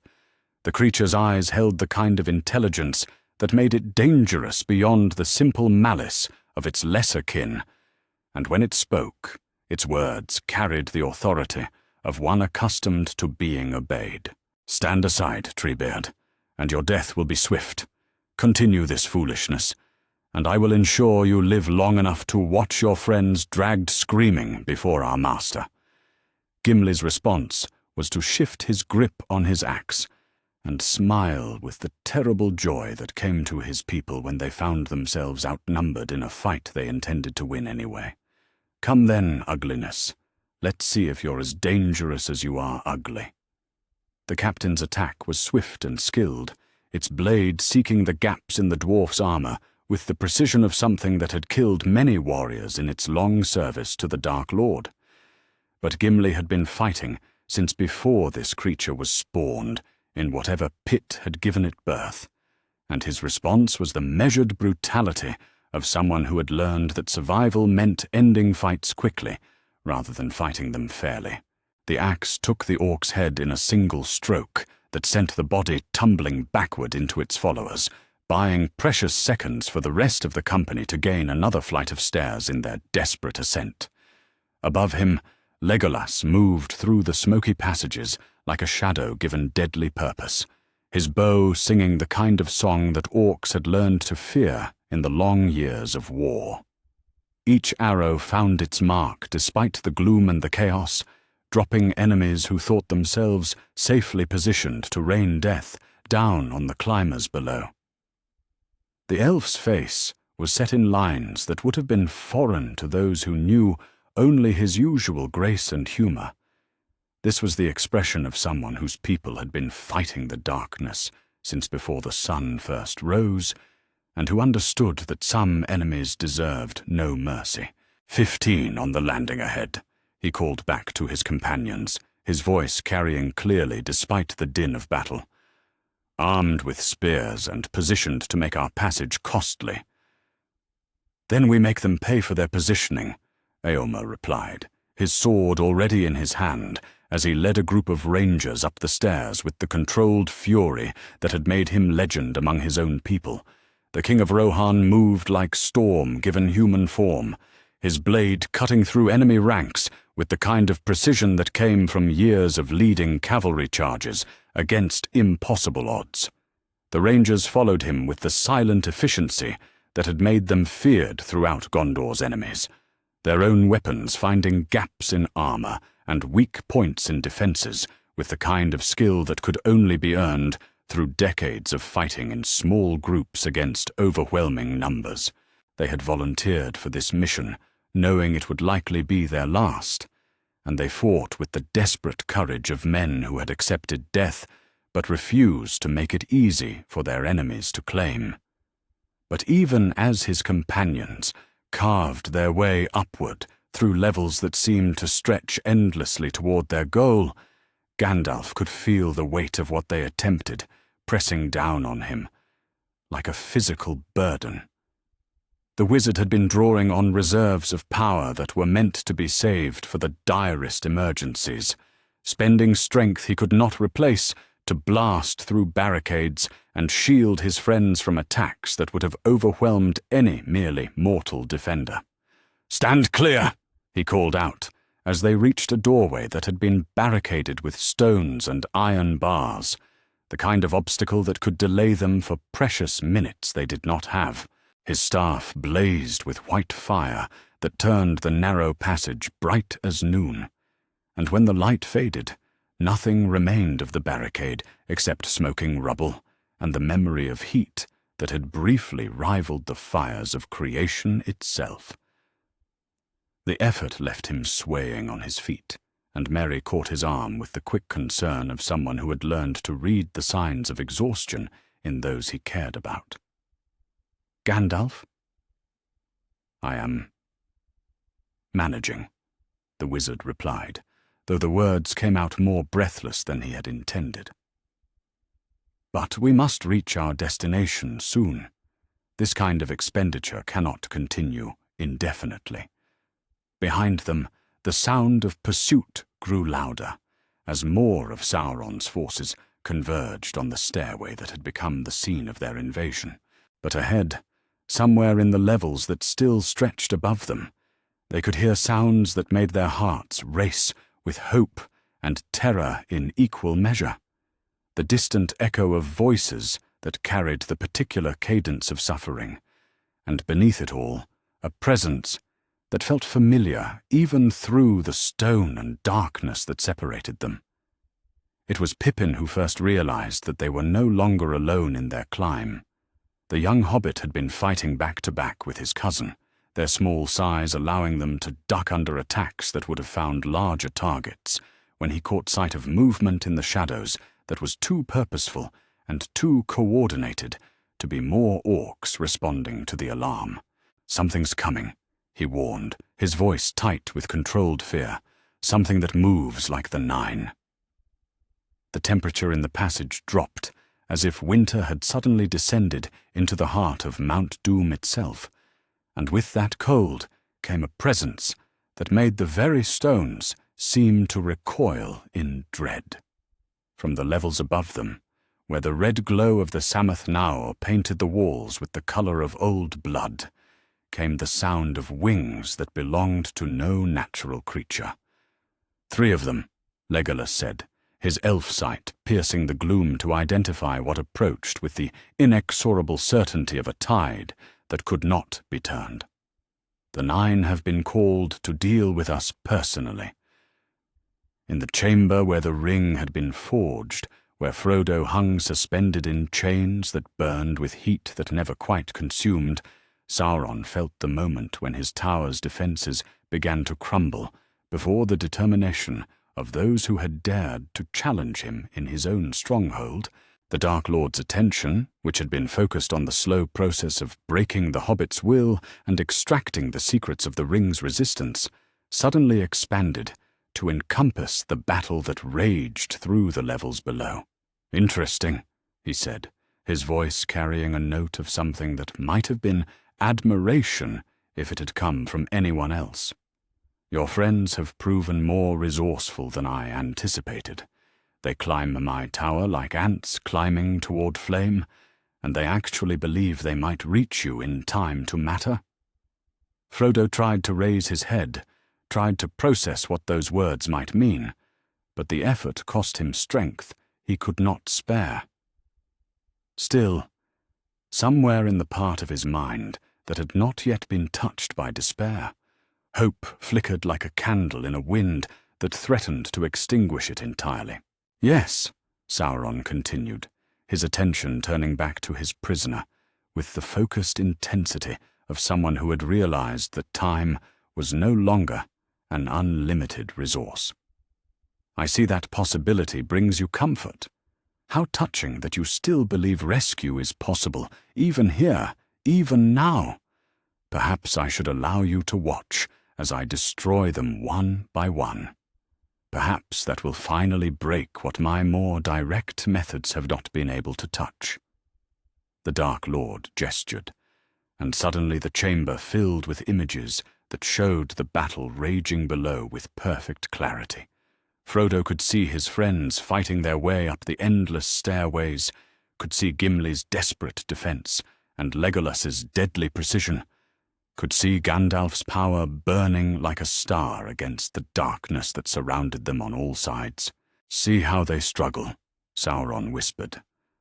"See how they spend their lives like water poured onto sand, believing that friendship and courage can overcome the simple mathematics of power. In moments, the Nine will reach them, and their noble quest will end in screams that will echo through these halls until the very stones remember their agony." But even as he spoke, even as the images showed the Nazgul descending toward the levels where the rescue party fought, Frodo felt something stir in the depths of his exhausted spirit. His friends had come for him. Despite everything, despite the impossibility of what they attempted, they had followed him into the very heart of darkness because they would not abandon those they loved. The ring on Sauron's finger pulsed with malevolent light, but for just a moment its glow seemed to flicker like a flame touched by wind. "Here they come," Beregond said quietly, his sword steady in his hand, despite the knowledge that no earthly weapon could truly harm what descended towards them. The guard of the citadel had positioned himself at the narrow doorway that led to the final stairway, the last barrier between the Nazgul and the friends he had sworn to protect. "You can't hold them," Yoma said, reading the man's intention in his stance and the set of his shoulders.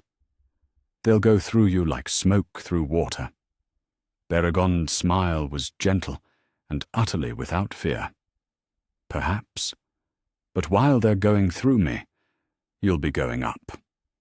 Sometimes that's all the victory a man can ask for." He looked back at the hobbits, his expression carrying the same protectiveness he had shown when helping Pippin during the siege of Minas Tirith. "Tell Faramir's sons that Beregond kept his word to their father." The first Nazgul reached the landing with the inexorable approach of death itself, its fell mount filling the narrow space with wings and malice that seemed to drain the very air of warmth. But Beregond stepped forward to meet it, his sword raised not in hope of victory, but in defiance of despair, and for a moment that stretched like eternity, man and wraith were locked in combat that transcended the merely physical. Behind him, his friends ran for the stairs that led to the Samath Naur, their hearts breaking with the knowledge of what his sacrifice was buying them. Above them, the red glow grew brighter, and somewhere in that light, Frodo waited for them to complete a journey that had begun in the green hills of the Shire and would end in fire and shadow and the kind of love that could not be broken by all the malice in the world. The sound of Beregond's final cry echoed up the stairwell behind them, but they did not stop climbing. They could not stop, not when they were so close, not when their friend's life hung in the balance, and time was running out like sand through fingers that could not quite close tightly enough to hold it, "Almost there," Gandalf called back to them, his voice hoarse with exhaustion, but carrying still the authority that had guided them through so many dark places. "The Sammath Naur lies just ahead." And somewhere in the chamber that waited for them, surrounded by the fires where the ring had first been forged, Frodo lifted his head and whispered the names of his friends into the darkness, adding what little remained of his strength to their desperate climb toward a reunion that might yet redeem all the pain and loss and sacrifice that had brought them to this moment. The tower shook with the force of the battle raging within its walls, and in that shaking, even Sauron could feel the tremor of something he had thought long dead in the world, the power of love freely given and freely received, tested by fire and found to be stronger than all the armies he could summon. Chapter 8. The Chamber of the Fire. The doors to the Sammath Naur stood before them like the gates of hell itself, wreathed in heat shimmer that made the air dance with malevolent promise. Behind those doors lay the chamber where the ring had been forged, where their friend waited in torment, and where Sauron himself dwelt in the fullness of his recovered power. What remained of their company, Gandalf, Éomer, Legolas, Gimli, Merry, Pippin, and 3 rangers who had somehow survived the brutal ascent, pressed themselves against the stone walls on either side of the entrance.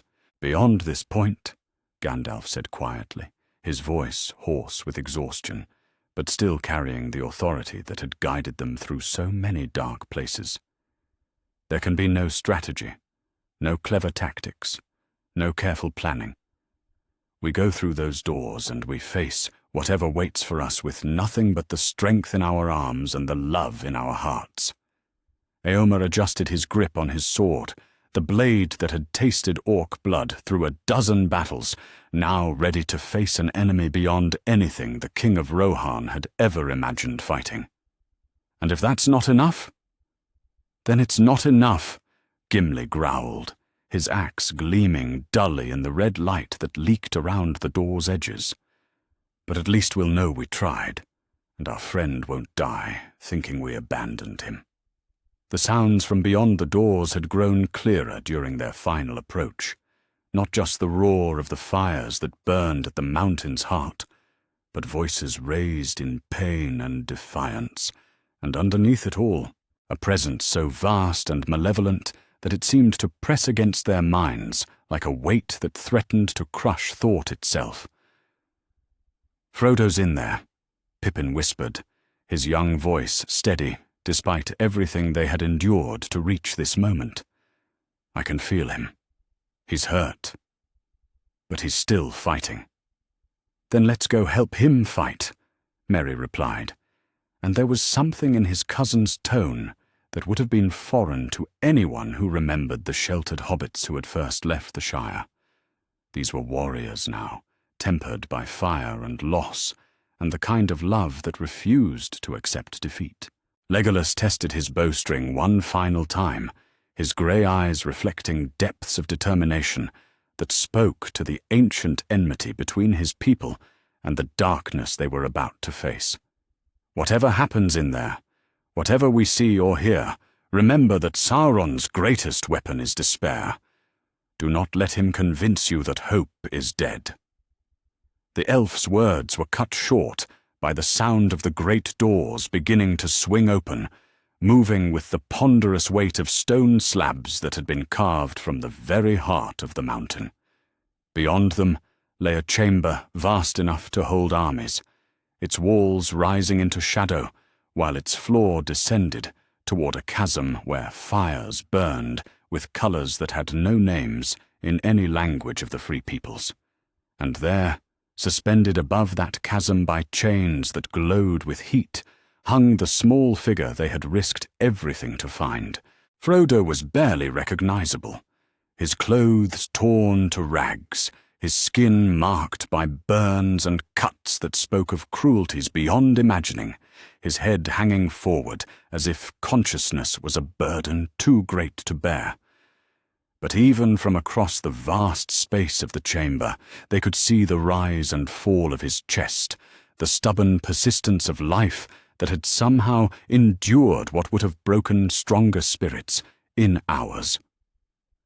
At last, a voice said from the depths of the chamber, and the sound of it was like the grinding of tectonic plates, like the death of stars, like everything that had ever been beautiful in the world crying out in anguish. The little king's friends have come to witness the final act of their precious fellowship.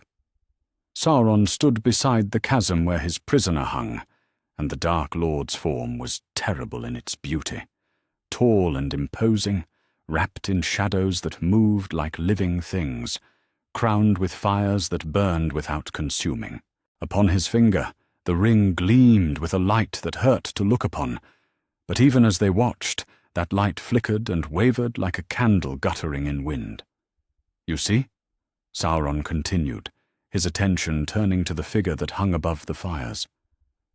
"Your friends have come, just as you believed they would.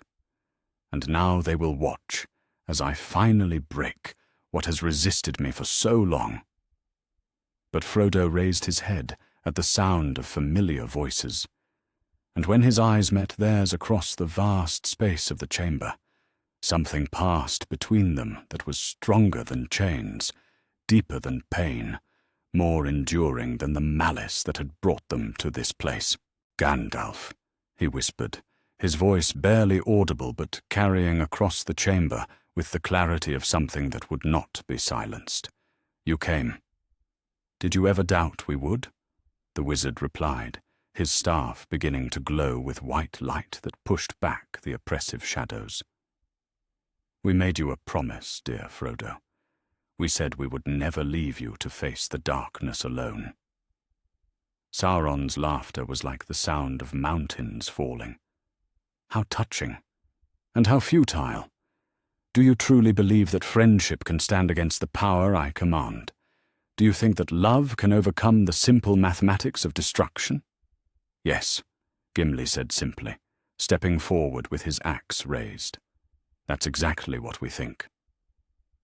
What followed happened too quickly for thought, too fast for strategy, too desperate for anything but the instinctive reactions of those who had learned to trust each other completely. Gandalf's staff blazed with power that rivaled the fires of creation itself, white light meeting red in a clash that shook the very foundations of the mountain. Sauron's form wavered under that assault, his attention divided between maintaining his hold over the ring and defending against an attack that carried with it the authority of the Valar themselves. In that moment of distraction, Éomer led the rangers in a charge toward the mechanisms that held Frodo's chains, their swords seeking the weak points that Beregond would have identified if he had lived to see this moment. Legolas's bow sang its deadly song, arrow after arrow, finding marks in the Nazgul that emerged from the shadows to defend their master, each shot placed with the precision that came from thousands of years of practice. Gimli moved like a force of nature, his axe cutting through the metal supports that held the chains suspended over the chasm. Sparks flew as dwarven steel met the corrupted metal of Sauron's devices, but the dwarf's determination was stronger than any alloy forged in darkness. Merry and Pippin, moving with the coordination that came from a lifetime of shared adventures, threw themselves at one of the Nazgul that sought to prevent Frodo's rescue. Their small size should have made them laughable opponents for a creature of such power, but their courage was vast enough to fill the chamber, and for crucial seconds they held the wraith's attention while their friends worked to free the one they had come so far to save. "The chains!" Gandalf called out, his voice strained with the effort of holding Sauron's attention while his companions fought for Frodo's freedom. "Cut the chains and get clear!" Gimli's axe struck the final link with a blow that sent echoes ringing through the chamber, and suddenly Frodo was falling toward the fires that had forged the ring and might yet destroy it. But even as he fell, even as the heat rose to meet him with promises of a death that would end his suffering, he managed to twist in the air, to change the angle of his descent, to throw himself not into the chasm, but toward the ledge where Sauron stood, with the ring blazing on his finger. "No!" the Dark Lord roared, reaching out to catch the hobbit before he could complete whatever desperate gambit had driven him to this final act of defiance.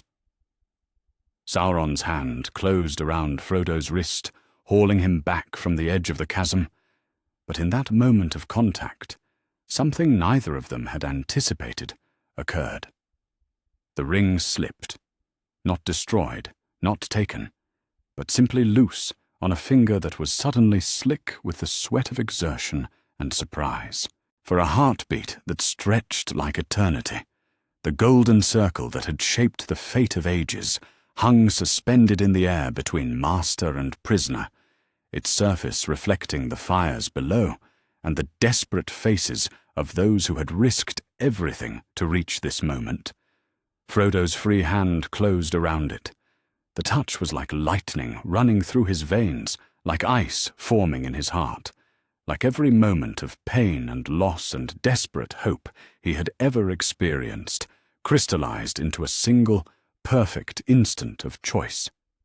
The ring whispered to him of power, of vengeance, of the ability to turn Sauron's own strength against him and claim mastery over all the Dark Lord had built.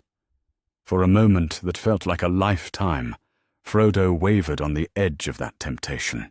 The pain of his captivity, the memory of Sam's death, the knowledge of what Sauron would do to his friends if this attempt failed. All of it pressed against his will like a tide that threatened to sweep away everything he had ever believed about mercy and forgiveness and the strength that came from choosing love over hate. In that moment, suspended above the fires of Mount Doom with the ring in his hand and Sauron's grip on his wrist, Frodo Baggins made the choice that would define not only his own fate, but the future of all free peoples in Middle-earth. He looked up into Sauron's eyes, eyes that held the accumulated malice of ages, the patient cruelty of one who had perverted wisdom into domination and love into possession, and he smiled. "Some burdens," he said quietly, his voice carrying clearly despite the roar of the fires and the chaos of battle around them, "are too heavy for anyone to bear alone. But some burdens become lighter when we share them with those we love."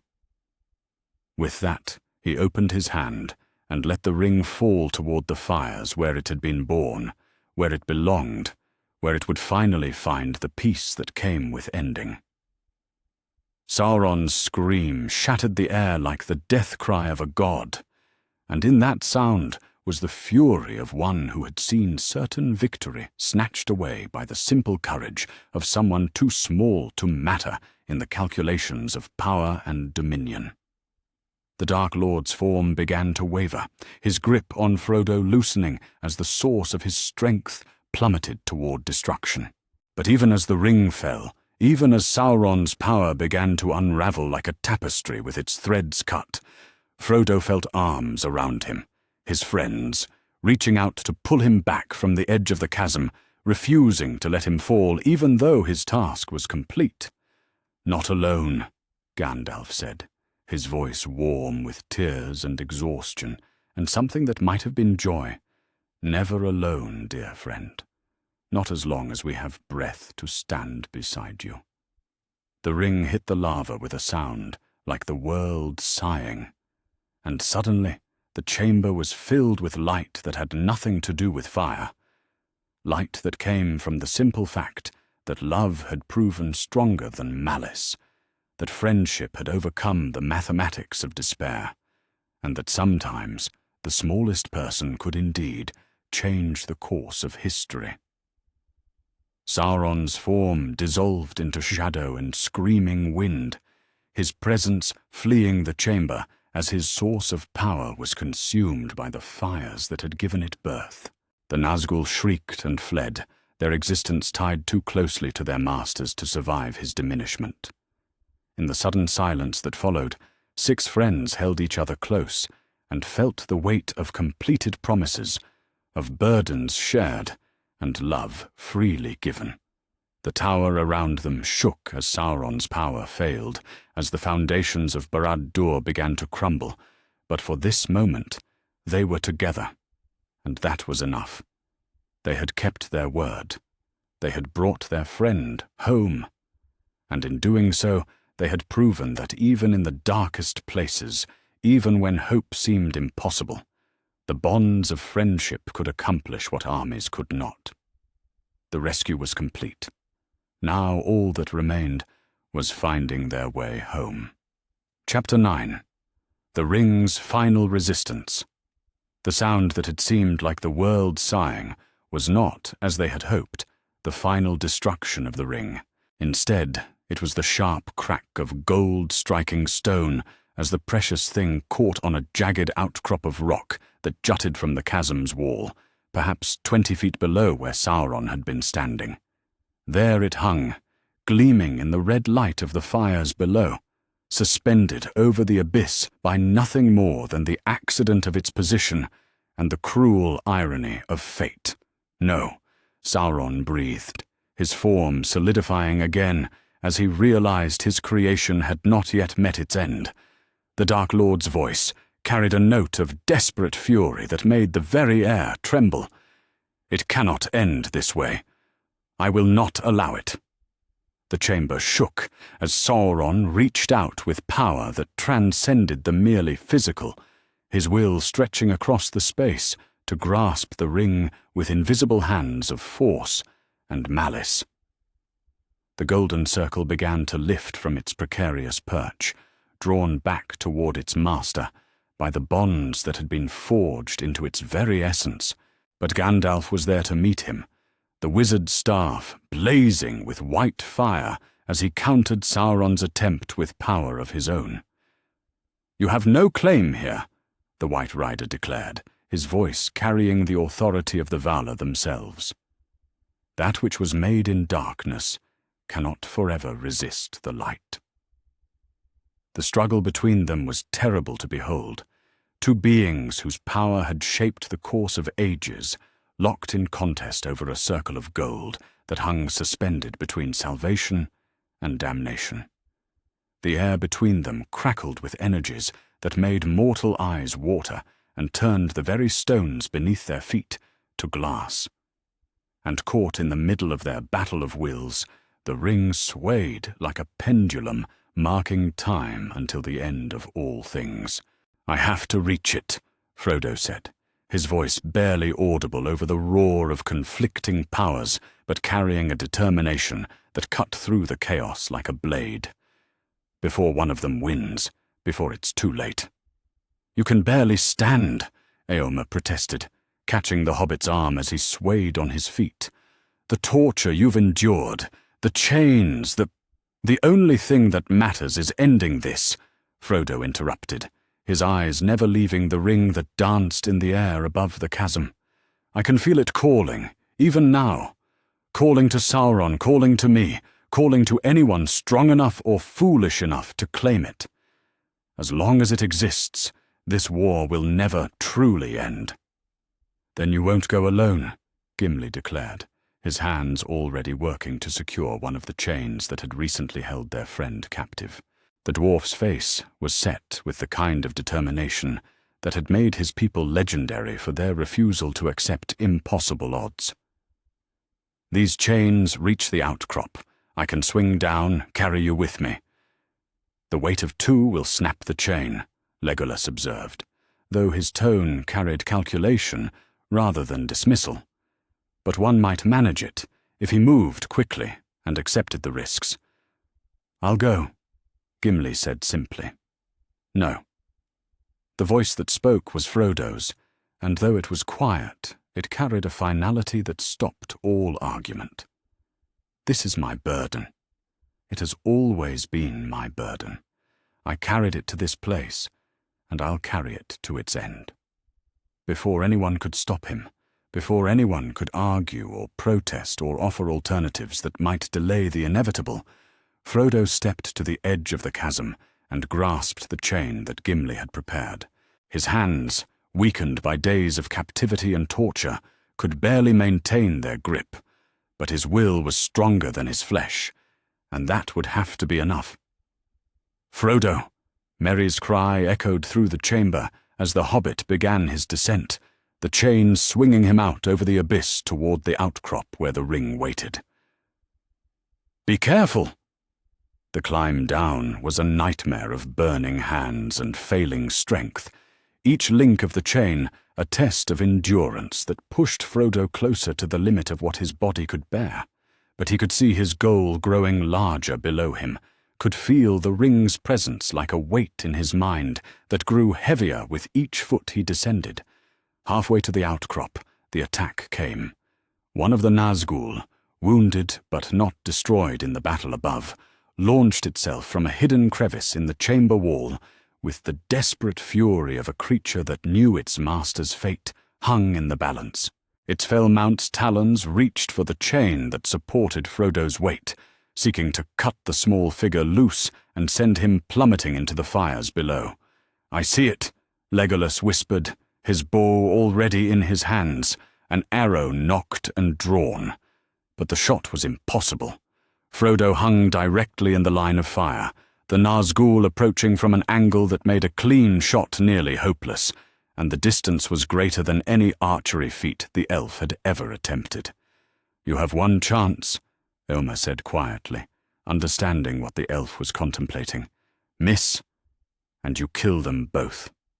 "I won't miss," Legolas replied, his voice carrying the certainty of someone whose people had been perfecting the art of the bow since before the stars were young. "I cannot miss." The arrow flew like lightning given form, passing so close to Frodo's head that it stirred his hair as it raced toward its target. It took the Nazgul in what might once have been its throat, punching through ancient armor and older malice to find whatever passed for a heart in such a creature. The wraith's shriek of fury and pain echoed through the chamber as it tumbled away from the chain, its mount carrying it down into the fires that waited below. "Impossible shot," Gimli muttered, shaking his head in wonder. "Necessary shot," Legolas corrected, already nocking another arrow in case other threats emerged from the shadows. But Frodo had no attention to spare for the battle raging around him. His entire world had narrowed to the chain in his hands, the outcrop growing larger beneath his feet, and the ring that waited there like a golden serpent coiled to strike. With each foot of descent, he could feel its influence growing stronger, its whispered promises becoming harder to ignore. "Power," it murmured in the secret places of his mind. "Power to save your friends. Power to end Sauron forever. Power to heal the wounds that war has carved into the world. Take me, and all this suffering ends. Take me, and you become the savior rather than the victim." "No," Frodo whispered, his voice lost in the roar of fire and conflict. "That's not how salvation works." His feet touched the outcrop's surface, and suddenly he was standing on a platform of stone, no larger than a dining table, suspended over an abyss that fell away into fires that could melt mountains. And there, within arm's reach, lay the ring that had shaped his life and the lives of everyone he loved. It was beautiful. Even knowing what it was, even understanding the malice that had gone into its creation, Frodo could not deny that it was the most beautiful thing he had ever seen. The gold seemed to hold light rather than merely reflect it, and looking into its depths was like gazing into the heart of creation itself. "Take me," it whispered. And now the voice wasn't alien but familiar, his own voice, speaking truths he had never dared to acknowledge. "You have suffered for me, bled for me, carried me farther than any being in all the ages of the world. You have earned the right to command my power. You have earned the right to be more than what you were born to be." Frodo reached out, his hand hovering over the ring like a moth drawn to flame. All he had to do was close his fingers, slip the circle onto his finger, and everything would change. Sauron would become his servant rather than his tormentor. The armies of darkness would kneel before him rather than hunting him. All the pain and loss and sacrifice would be given meaning by the power he would wield in service of the good. Sam's death would be avenged, the ring continued, and this promise struck deeper than all the others. The creatures that killed him would suffer as he suffered. Justice would finally be served. Sam, Frodo whispered, and in that name found his anchor. Sam, who had carried him when he could not carry himself. Sam, who had shared every step of this impossible journey without asking for anything in return but the chance to help a friend. Sam, who had died because he refused to let Frodo face the darkness alone. And suddenly, Frodo could see his friend's face as clearly as if the gardener stood beside him on the narrow outcrop. Sam's honest features, weathered by sun and wind and the simple work of growing things. Sam's eyes, bright with the kind of wisdom that came not from books or power, but from understanding what truly mattered in life. "What would you tell me to do, Sam?" Frodo asked the vision that might have been memory or imagination or something deeper than either. "If you were here, what would you say?" The answer came not in words but in certainty, the kind of understanding that needs no explanation because it rings true in the deepest places of the heart. Sam would tell him that some burdens were too dangerous for anyone to carry, no matter how good their intentions. Sam would tell him that the power to rule was not the same as the wisdom to rule well. Sam would tell him that the best way to honor the dead was not through vengeance, but through ensuring that their sacrifice meant something. Sam would tell him to let it go.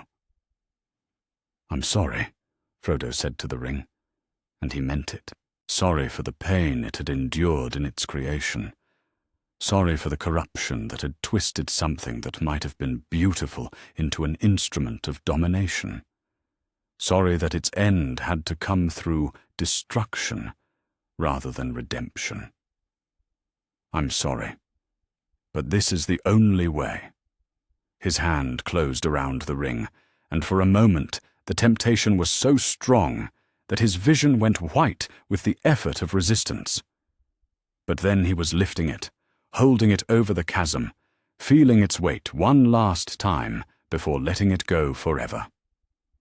"For Sam," he whispered, and released his grip. The ring fell like a star tumbling from heaven, its light growing brighter as it approached the fires that had given it birth. And in that light, Frodo saw not the promise of power, but the peace that came with endings, the rest that came with setting down burdens too heavy to carry. It struck the lava with a sound like the world exhaling after holding its breath for an age, and suddenly the chamber was filled with silence so profound that it seemed to echo in the spaces between heartbeats. The red glow that had dominated the space for so long flickered and began to fade, replaced by a gentler light that seemed to come from everywhere and nowhere at once. Above him, Sauron's scream of rage and despair shook the very foundations of the mountain, but already his form was beginning to dissolve, his power unraveling like smoke in wind. The Dark Lord's time had ended, his dominion broken by the simple courage of someone who had chosen love over power, friendship over dominion, sacrifice over self. "It's done," Frodo said, though whether he spoke to his friends above or to himself or to the memory of Sam, he could not say. "It's finally done." The chain that had carried him to this place suddenly went taut as strong hands hauled him up from the outcrop, up from the edge of the abyss, up into the arms of friends who had risked everything to reach him. As Gimli pulled him over the edge of the chasm and onto solid ground, Frodo felt something he had not experienced in longer than he could remember. Peace. The peace that came with completed tasks and kept promises, with burdens shared and love freely given. The ring was gone. Sauron was defeated. And somehow, impossibly, miraculously, they were all still alive to see it. "Welcome back," Gandalf said softly, his ancient eyes bright with tears and relief and something that might have been pride. "Welcome back, Ring-bearer. Your task is complete." Around them, the Tower of Barad-dûr shook with the force of its master's dissolution, but for now, in this moment, they were together and whole and victorious. The long defeat had finally found its ending, and it was good. The war was over. The ring was destroyed, and somewhere in the gentle light that filled the chamber, Sam Gamgee's sacrifice found its meaning in the salvation of the friend he had loved more than his own life. It was enough. It was more than enough. It was everything. Chapter 10. The Towers Fall. The scream that tore from Sauron's dissolving form was not sound, but something deeper. The death cry of power that had shaped ages, the final exhalation of malice that had corrupted the very stones of the earth. It shattered what remained of the chamber's windows, sent cracks racing through walls that had stood for millennia, and made every living thing within miles feel the sudden absence where once there had been a presence vast and terrible. Gandalf staggered under the weight of that scream, his staff flickering as the wizard fought to maintain his footing in a chamber that had begun to shake like a ship in a storm. Around them, the carefully carved stones that formed Barad-dûr's heart started to shift and groan, no longer held in place by the will that had commanded their creation. "The tower," Legolas said, his elf sight reading the structural damage with the swift assessment of someone whose people had built cities in the crowns of trees. "It's not just shaking, it's coming apart. The binding that held these stones together was Sauron's will, and with him gone." He didn't need to finish the thought. They could all feel it now, the way the floor tilted slightly to the east, the way dust and small stones began to rain down from the ceiling high above. Barad-dûr was dying with its master, and they were still trapped within its heart. "Move," Éomer commanded, his voice cutting through the chaos with the authority of someone accustomed to making life-or-death decisions in the span of heartbeats. "Whatever we do it now, before the whole structure comes down on our heads." But even as he spoke, even as they prepared to flee the chamber that had been the site of both their greatest triumph and their most desperate hour, it became clear that their escape would not be as simple as retracing their steps down the stairs they had climbed in battle. A section of the ceiling collapsed with a roar that drowned out even the sounds of the tower's death throes, blocking the passage they had used to reach the Sammath Naur. More debris followed, stones the size of houses breaking free from their moorings to crash down into the spaces where they had been standing moments before. "The other way!" Gimli shouted, pointing toward what appeared to be a service passage that led deeper into the tower's structure. "There have to be other stairs, other ways down." "Or other ways to die," one of the surviving rangers muttered, but he followed the dwarf anyway, because standing still in a collapsing tower was not really a choice at all.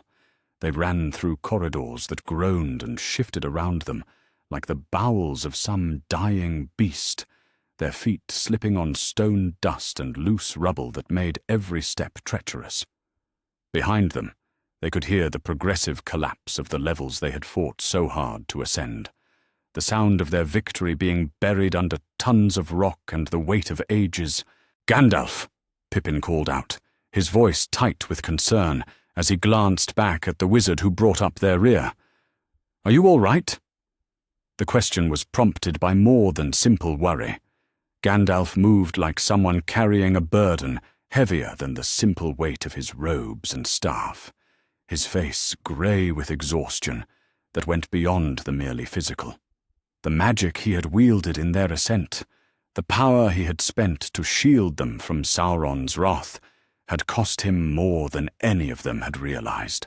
"I am managing," Gandalf replied, though the words came out breathless and strained. "But I fear my strength is not what it was. The confrontation with Sauron, the effort of maintaining our protections, I have spent more than I can easily replace." "Then we carry you if we have to," Merry said firmly, falling back to walk beside the wizard, despite the urgent need for speed. "You've carried all of us more times than we can count. It's our turn. And leave you behind? Never." But even as Gandalf spoke those words, they all saw him stumble slightly, his staff striking sparks from the stone as he used it to maintain his balance. It was Frodo who solved the immediate problem, though the cost of his solution became apparent only after they had put it into practice.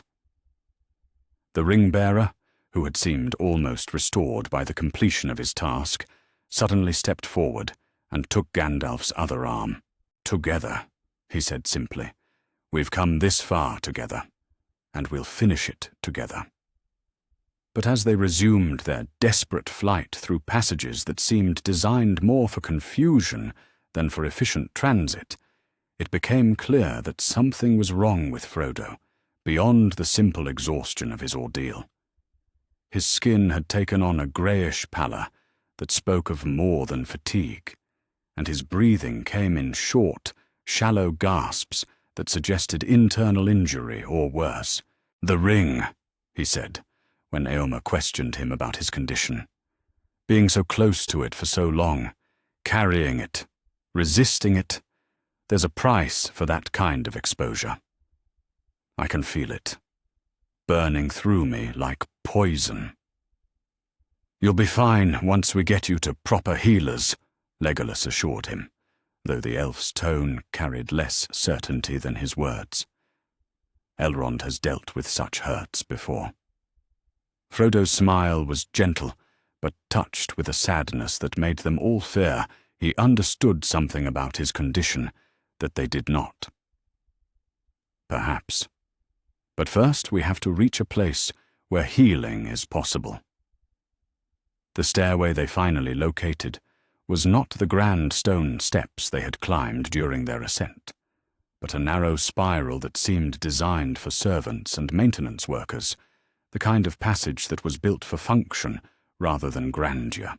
It descended through the tower's structure in tight turns that made their progress slow and dangerous, especially with chunks of masonry beginning to fall with increasing frequency from the levels above. "How far?" Gimli asked, his voice echoing oddly in the confined space as they worked their way down what felt like an endless series of turns.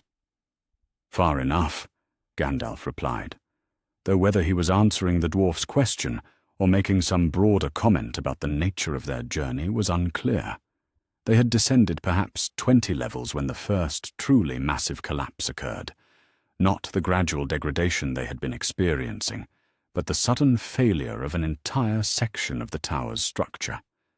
The sound was like the world ending, and the shock of it sent them all tumbling against the walls of the stairway as the very foundations of Barad-dûr shifted beneath their feet.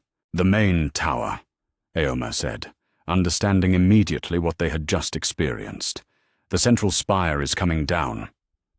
Through narrow windows that looked out onto the fortress's inner courtyards, they could see the truth of his words. The great tower that had risen like a spear thrust toward the heart of heaven was bending, swaying, beginning the slow-motion fall that would mark the end of Sauron's dominion over Middle-earth. "How long before the whole structure follows?" one of the rangers asked. "Minutes," Legolas replied, after studying the pattern of cracks that were racing through the stonework around them. "Maybe less.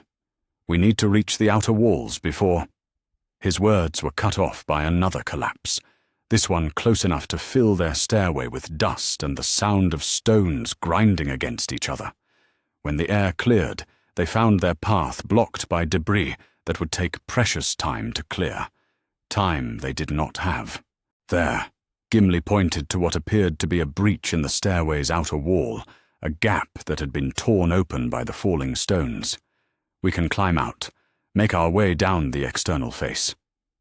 In a collapsing tower? Eomer asked. That's madness. Everything we've done for the past 3 days has been madness, the dwarf replied cheerfully. Why stop now?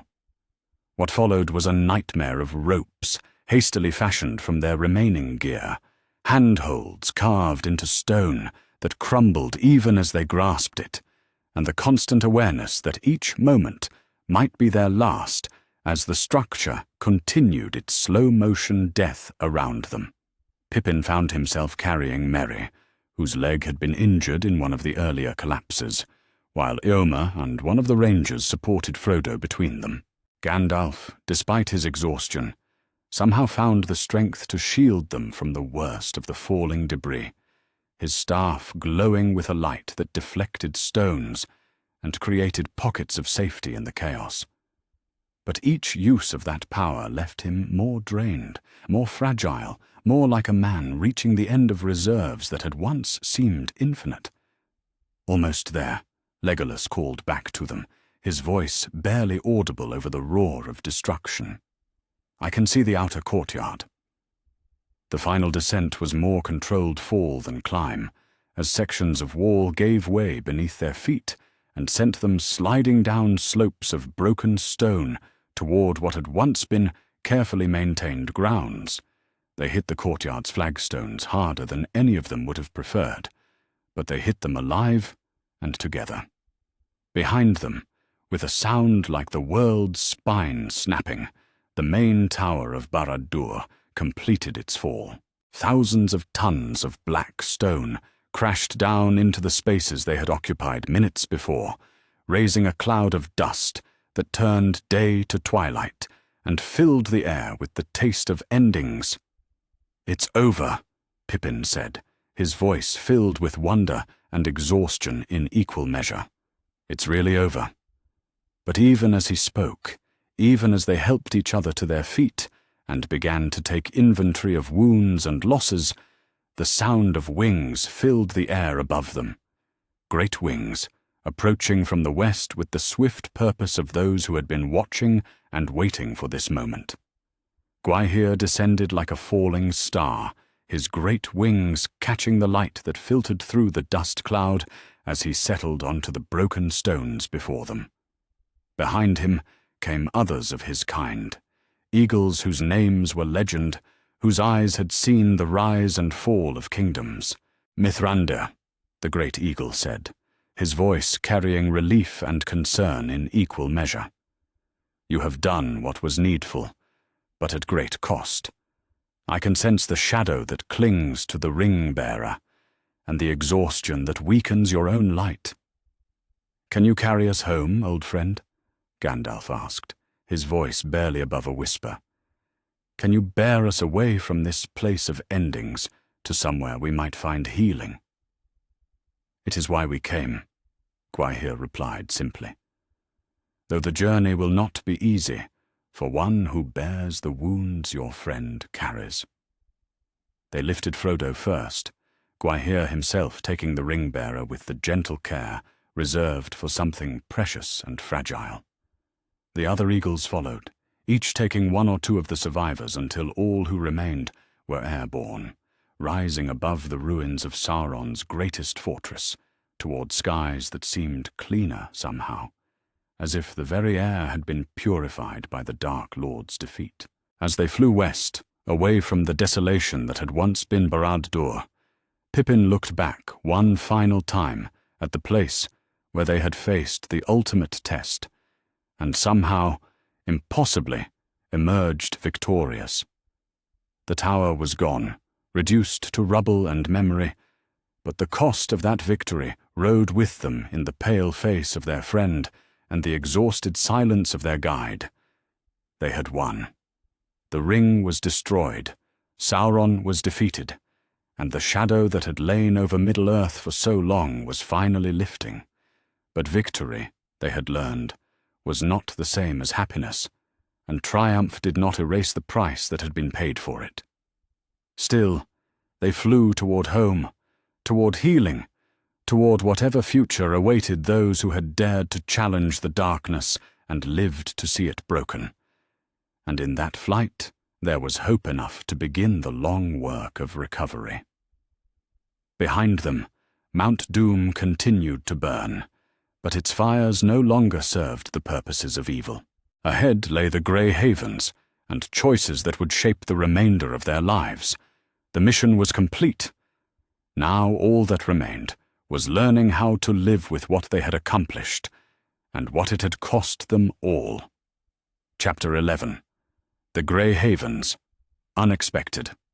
The houses of healing in Minas Tirith had seen their share of impossible cases during the long years of war. But the patient who lay unconscious in the chamber, overlooking the Pelennor fields, presented challenges that went beyond the merely physical. Frodo Baggins breathed, his chest rising and falling with the steady rhythm that spoke of life clinging to its moorings. But there was something wrong with the quality of that life, something that made even the most experienced healers shake their heads and speak in hushed tones of wounds they could not see, let alone treat. Aragorn stood beside the narrow bed where the ring-bearer had lain for 3 days without waking, the King of Gondor's hands glowing faintly with the healing power that had been granted to his bloodline. But for all the strength that flowed through his touch, for all the authority that his presence commanded, he could not seem to reach whatever was slowly draining away from his friend. "It's like trying to heal water that's already spilled," he said quietly, exhaustion evident in his voice. Since the Eagles had brought the rescue party back to Minas Tirith, he had scarcely left this room, spending his days attempting to understand an injury that defied every form of treatment he knew. The wound exists, but it's not entirely in this world. Part of him seems to be elsewhere. Gandalf sat in the chair beside the window, his own recovery progressing slowly after the enormous expenditure of power he had sustained in Barad-dûr. The wizard's hair seemed whiter now, his face more deeply lined, as if the confrontation with Sauron had aged him in ways that time alone could not account for. "The ring's influence," Gandalf said, his voice carrying the weight of understanding that came too late to prevent what it explained. Carrying it for so long, resisting its call while in such close proximity to Sauron himself, it has left marks on him that go deeper than flesh and bone. Part of his spirit has been stretched, like metal worked too thin. It may not be able to return to its original form. "You're saying he's dying," Pippin said from where he sat on the other side of the bed, his young face set with the kind of stubborn denial that refused to accept what seemed obvious to everyone else in the room. "But he destroyed the ring. He saved everyone. Heroes don't die after they win." "Sometimes," Merry said quietly, his own voice heavy with the weight of realizations that had been growing clearer each day. "The victory costs more than we realized when we chose to pay the price." The older hobbit had been the most realistic about Frodo's condition, perhaps because he had seen the slow changes that had been taking place in his cousin even before their desperate mission to Mordor. The nightmares, the way Frodo would sometimes seem to be looking at something no one else could see. The gradual withdrawal from the simple pleasures that had once brought him joy, all of it had been leading to this moment when the accumulated weight of what he had carried finally demanded its due. "There might be another way," a new voice said from the doorway, and they all turned to see Arwen approaching with the quiet grace that marked all her kind. The Queen of Gondor carried with her an elvish scroll that bore the seal of Rivendell, and her expression held both hope and the kind of sorrow that came with difficult choices. I have received word from my father. He believes there may be healing to be found, but not here in Middle-earth. She unrolled the parchment, revealing Elrond's careful script and the kind of formal language that was used for decisions that would echo through the ages. He offers passage on the last ship that will sail from the Grey Havens to the Undying Lands. In Valinor, where the Valar themselves dwell, it may be possible to heal wounds that cannot be mended in mortal lands. The silence that followed was heavy with implications that none of them wanted to voice. They all understood what was being offered, and they all understood what it would mean. The Undying Lands were not a place from which mortals returned, and even for one who had carried the ring, passage there would mean leaving everything and everyone he had ever loved behind. "How long?" Frodo asked, and they all started slightly, because none of them had noticed when he had awakened and begun listening to their conversation. His voice was soft, barely above a whisper, but his eyes were clear and focused on Arwen's face, with an intensity that spoke of desperate hope, mixed with equally desperate fear. "The ship sails when the first winter storms have passed," Arwen replied gently. "Perhaps 2 months, perhaps 3. Time enough to decide, time enough to say farewells, but not time enough to waste if the healing is to be attempted." Frodo nodded slowly, his gaze moving from one face to another, as if memorizing details he might not see again. "And if I don't go? If I choose to stay here with all of you?" It was Gandalf who answered, his voice carrying the honesty that came from understanding the true weight of choices. "Then you will fade slowly, becoming less and less yourself, until what remains is only shadow and memory. The ring has marked you too deeply, dear friend. In refusing its dominion, you have saved Middle-earth, but at a cost to yourself that may not be survivable in these lands." "Sam would have told me to go," Frodo said suddenly, his voice breaking slightly on his friend's name. "He would have said that there's no point in saving the world if you don't stick around to see what you've saved it for. But Sam isn't here to give me that advice anymore, and I'm not sure I can make this decision without him." The mention of Sam brought a fresh wave of grief into the room, because for all their victory, for all the celebrations that had erupted across Middle-earth when news of Sauron's defeat had spread, they could not forget those who had paid the ultimate price for that triumph. The gardener's absence was a hole in their company that no amount of healing could fill. "Sam wouldn't want you to suffer for his sake," Mary said firmly, leaning forward to take his cousin's hand. "You know that as well as any of us. He'd want you to do whatever it takes to be whole again, even if it means going somewhere the rest of us can't follow." "But what about you?" Frodo asked, his eyes moving between Merry and Pippin with the desperate need of someone who had built his identity around protecting those he loved. "What about the Shire? You'll need help rebuilding, need someone who understands the way things used to work before the war changed everything." "We'll manage," Pippin replied, though tears were streaming down his face as he spoke. "We learned how to be brave because you taught us. We learned how to make impossible choices because we watched you make them. If you've given us all of that, then maybe we're strong enough now to let you go find the healing you need." The conversation continued through the long afternoon, touching on memories and possibilities, on love and loss, and the kind of friendship that could survive even the ultimate separation. By evening, when the last light of day was fading over the White City, they had reached something that might have been acceptance, though it carried with it a grief too deep for easy tears. A week later, they began the journey to the Grey Havens. The road west from Minas Tirith was familiar to all of them, though they travelled it now under circumstances none of them could have imagined during their earlier adventures.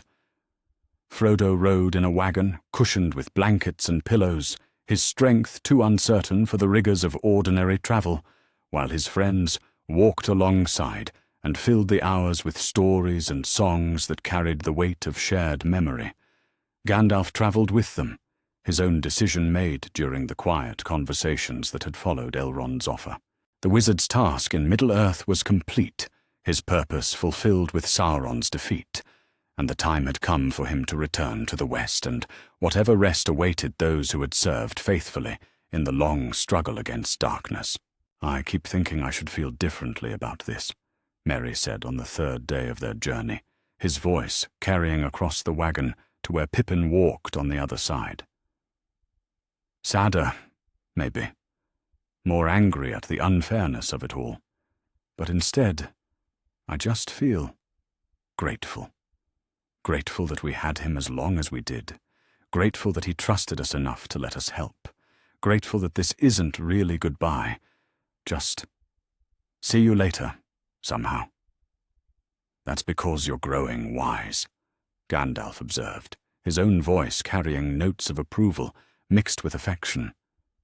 "The greatest gift we can give those we love is permission to do what they must, even when what they must do takes them away from us. Frodo needs healing more than he needs our presence, and love that tries to hold on to what it should release becomes something else entirely." They camped that night by a stream that ran clear and cold from the mountains, and for a few hours around the fire, it was almost possible to pretend that they were simply on another adventure, that morning would bring new roads to explore rather than a harbor where some of them would sail forever beyond the circles of the world. But morning came anyway, as mornings do, and with it the final stage of their journey to the place where some endings could become beginnings, if one had the courage to let them. The Grey Havens lay ahead, wrapped in morning mist that rose from the sea like the breath of eternity itself, and somewhere in that mist a ship waited to carry the wounded home to a healing that might be found beyond all the sorrows of the world. Whether that healing would be worth the price of leaving everything familiar behind remained to be seen. But the choice, at least, would be made in love rather than fear, and sometimes that was the best any of them could hope for. The final day of their journey together was ending, and none of them knew quite how to say the words that would make it real. Chapter 12. What Sacrifice Purchases. The Grey Havens in winter carried a different kind of beauty than they had possessed in the bright days of summer, when the harbour had bustled with the ordinary commerce of a port city. Now, with the first winter storms having passed, and the year moving toward its close, there was a sense of endings in the salt air, of tides that carried more than ships toward distant shores. Círdan the shipwright stood at the end of the longest pier, his ancient eyes fixed on the vessel that rode at anchor in the deeper waters beyond the harbour mouth. The ship was unlike any that had been built in the harbours of Middle-earth. Its sails seemed to catch light rather than wind, and its hull gleamed with a silver radiance that spoke of craftsmanship from the undying lands themselves. "She is ready," he said quietly to the small group that had gathered to witness this departure. "The white ship has come from Valinor to carry those who have earned passage beyond the circles of the world." Frodo stood beside him, wrapped in a cloak that Arwen had made especially for this journey, its fabric woven with threads that held the memory of starlight. The months of healing in Middle-earth had restored much of his strength, but the shadow that had settled in his eyes during the long torment in Barad-dûr remained unchanged. Some wounds, they had all come to understand, could only be healed in places where different rules applied. "How long?" Merry asked, his voice steady, despite the tears that had been threatening to fall since they arrived at the harbour. "How long before you're well again?" Círdan's expression carried the weight of wisdom earned through ages of watching mortals grapple with questions that had no easy answers. "Time moves differently in the undying lands," he replied gently.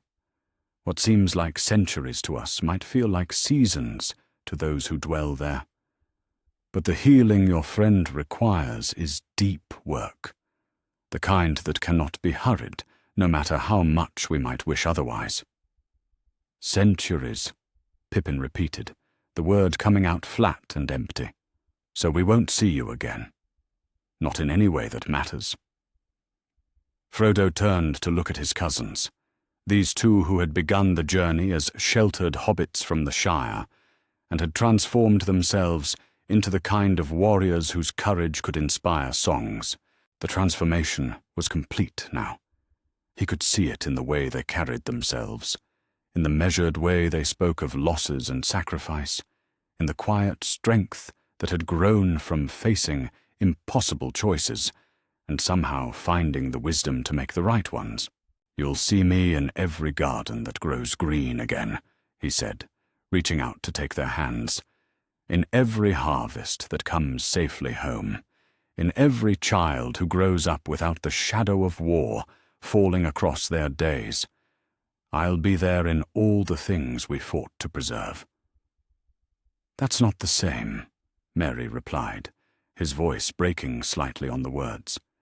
"That's not the same as having you there to share a meal, or to tell us stories, or to help us figure out what to do when the simple questions turn out to have complicated answers." "No," Frodo agreed quietly. "It's not the same. But it's what we have, and we'll learn to make it enough." Gandalf approached from where he had been making his own farewells to those who would remain in Middle-earth.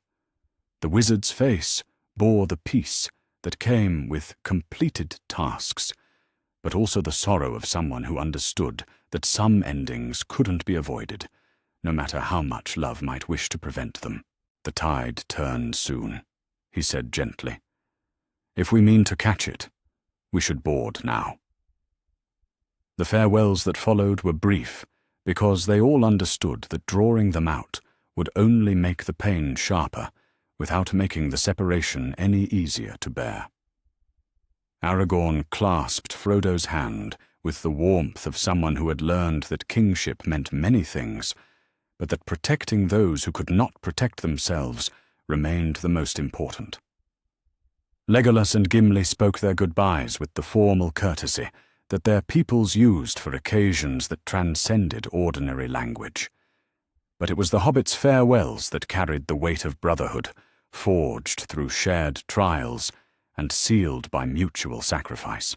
"Take care of each other," Frodo said, his arms around both his cousins, in an embrace that tried to hold all the love that words could not carry. "The Shire will need rebuilding, and it will need leaders who understand that the most important things are often the smallest ones. A good meal, a safe home, the laughter of children who don't know how close they came to never being born." "We'll take care of everything," Merry promised. "The Shire, the memory of what we did here, the stories of those who didn't make it home. Sam's garden will bloom again, and when it does, we'll make sure everyone knows who planted the seeds."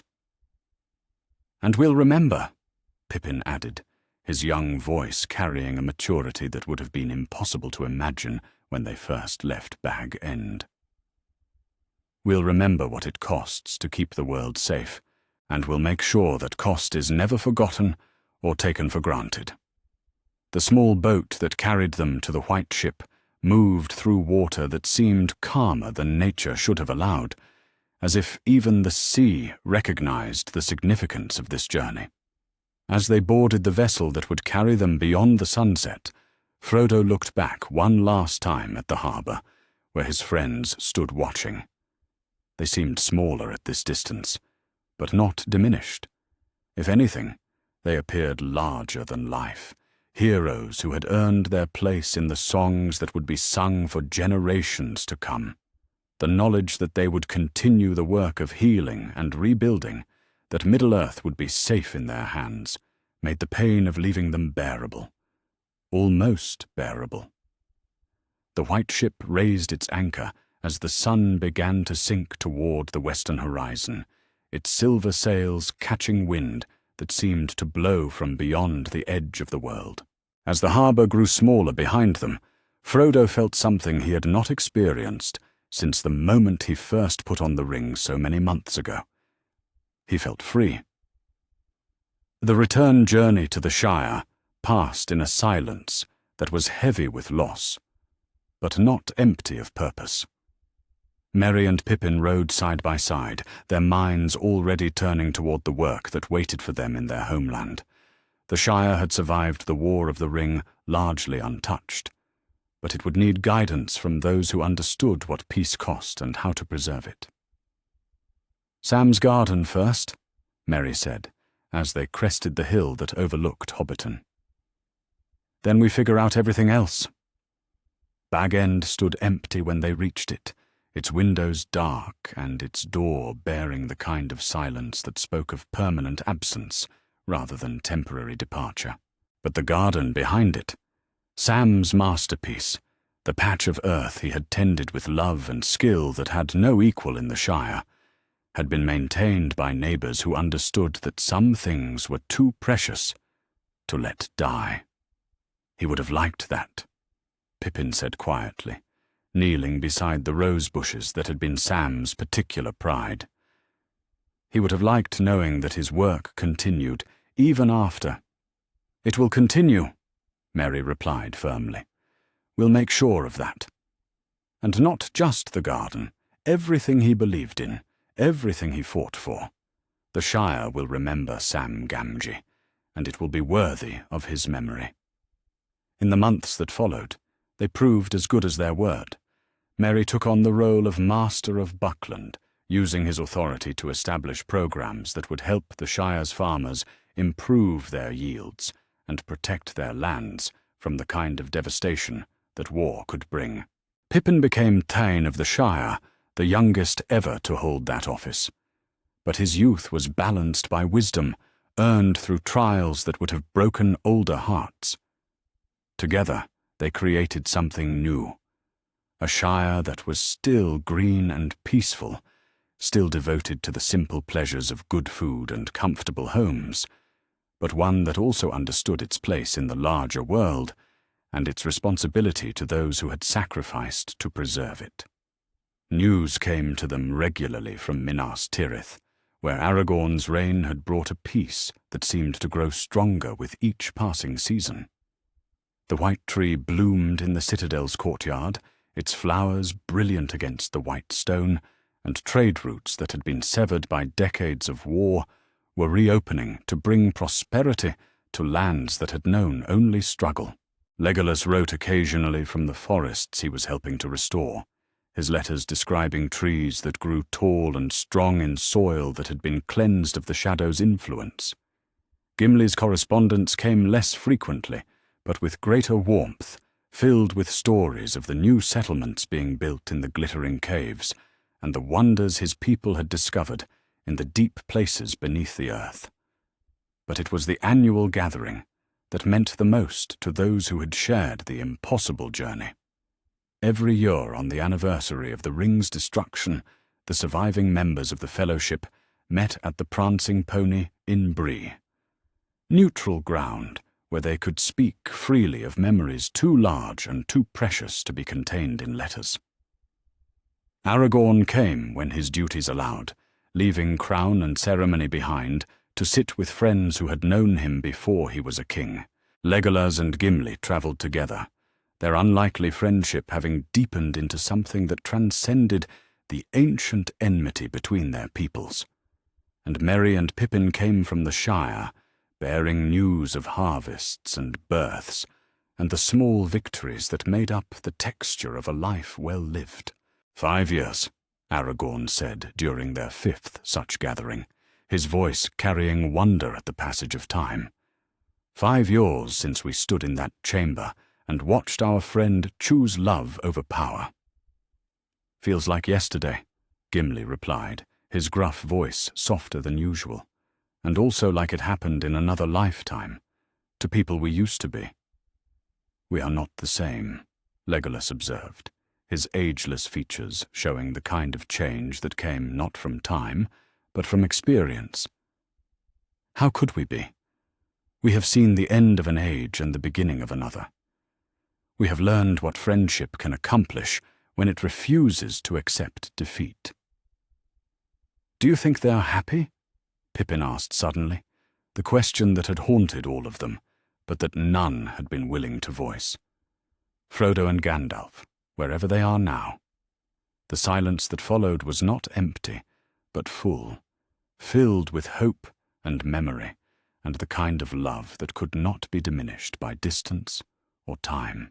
"Yes," Merry said finally, his voice carrying the certainty that came from knowing someone well enough to understand what would bring them peace. They're together, and they're healing, and they know that what they sacrificed wasn't wasted. The Shire is green again. Children laugh in the streets of Minas Tirith. The forests grow tall, and the mountains stand strong, and the sea is clear of ships that carry malice. That's what they wanted, Pippin added. Not glory, not gratitude, not even to be remembered. Just for the world to be safe enough for ordinary people to live ordinary lives, filled with ordinary joy. Outside the inn, snow began to fall, the clean, gentle snow of a winter that carried no threat, in a world where spring would come again, because heroes had ensured it would. And inside, 6 friends sat by a fire and spoke of those they had loved and lost, and found that love, once given truly, could not be taken away by any power in all the circles of the world. The price of victory had been higher than any of them had imagined when they first set out on the road from Rivendell. But the victory itself, the preservation of everything beautiful and good and worth saving, remained complete. In the end, that was enough. More than enough. It was everything. Far beyond the sunset, in halls where time moved like music and healing came as naturally as breathing, 2 old friends walked together through gardens that had no ending. They spoke little, because words were not needed between those who had shared the deepest trials and emerged whole. But sometimes, when the wind blew just right from the east, they could hear it, the sound of laughter carried on the air from a world they had helped to save. And they smiled, because they knew that sacrifice freely given in love had purchased something that could never be lost, the knowledge that friendship, once forged in the fires of shared suffering and tempered by mutual sacrifice, would endure beyond the ending of all things. The story was complete, the song was finished, and it was good.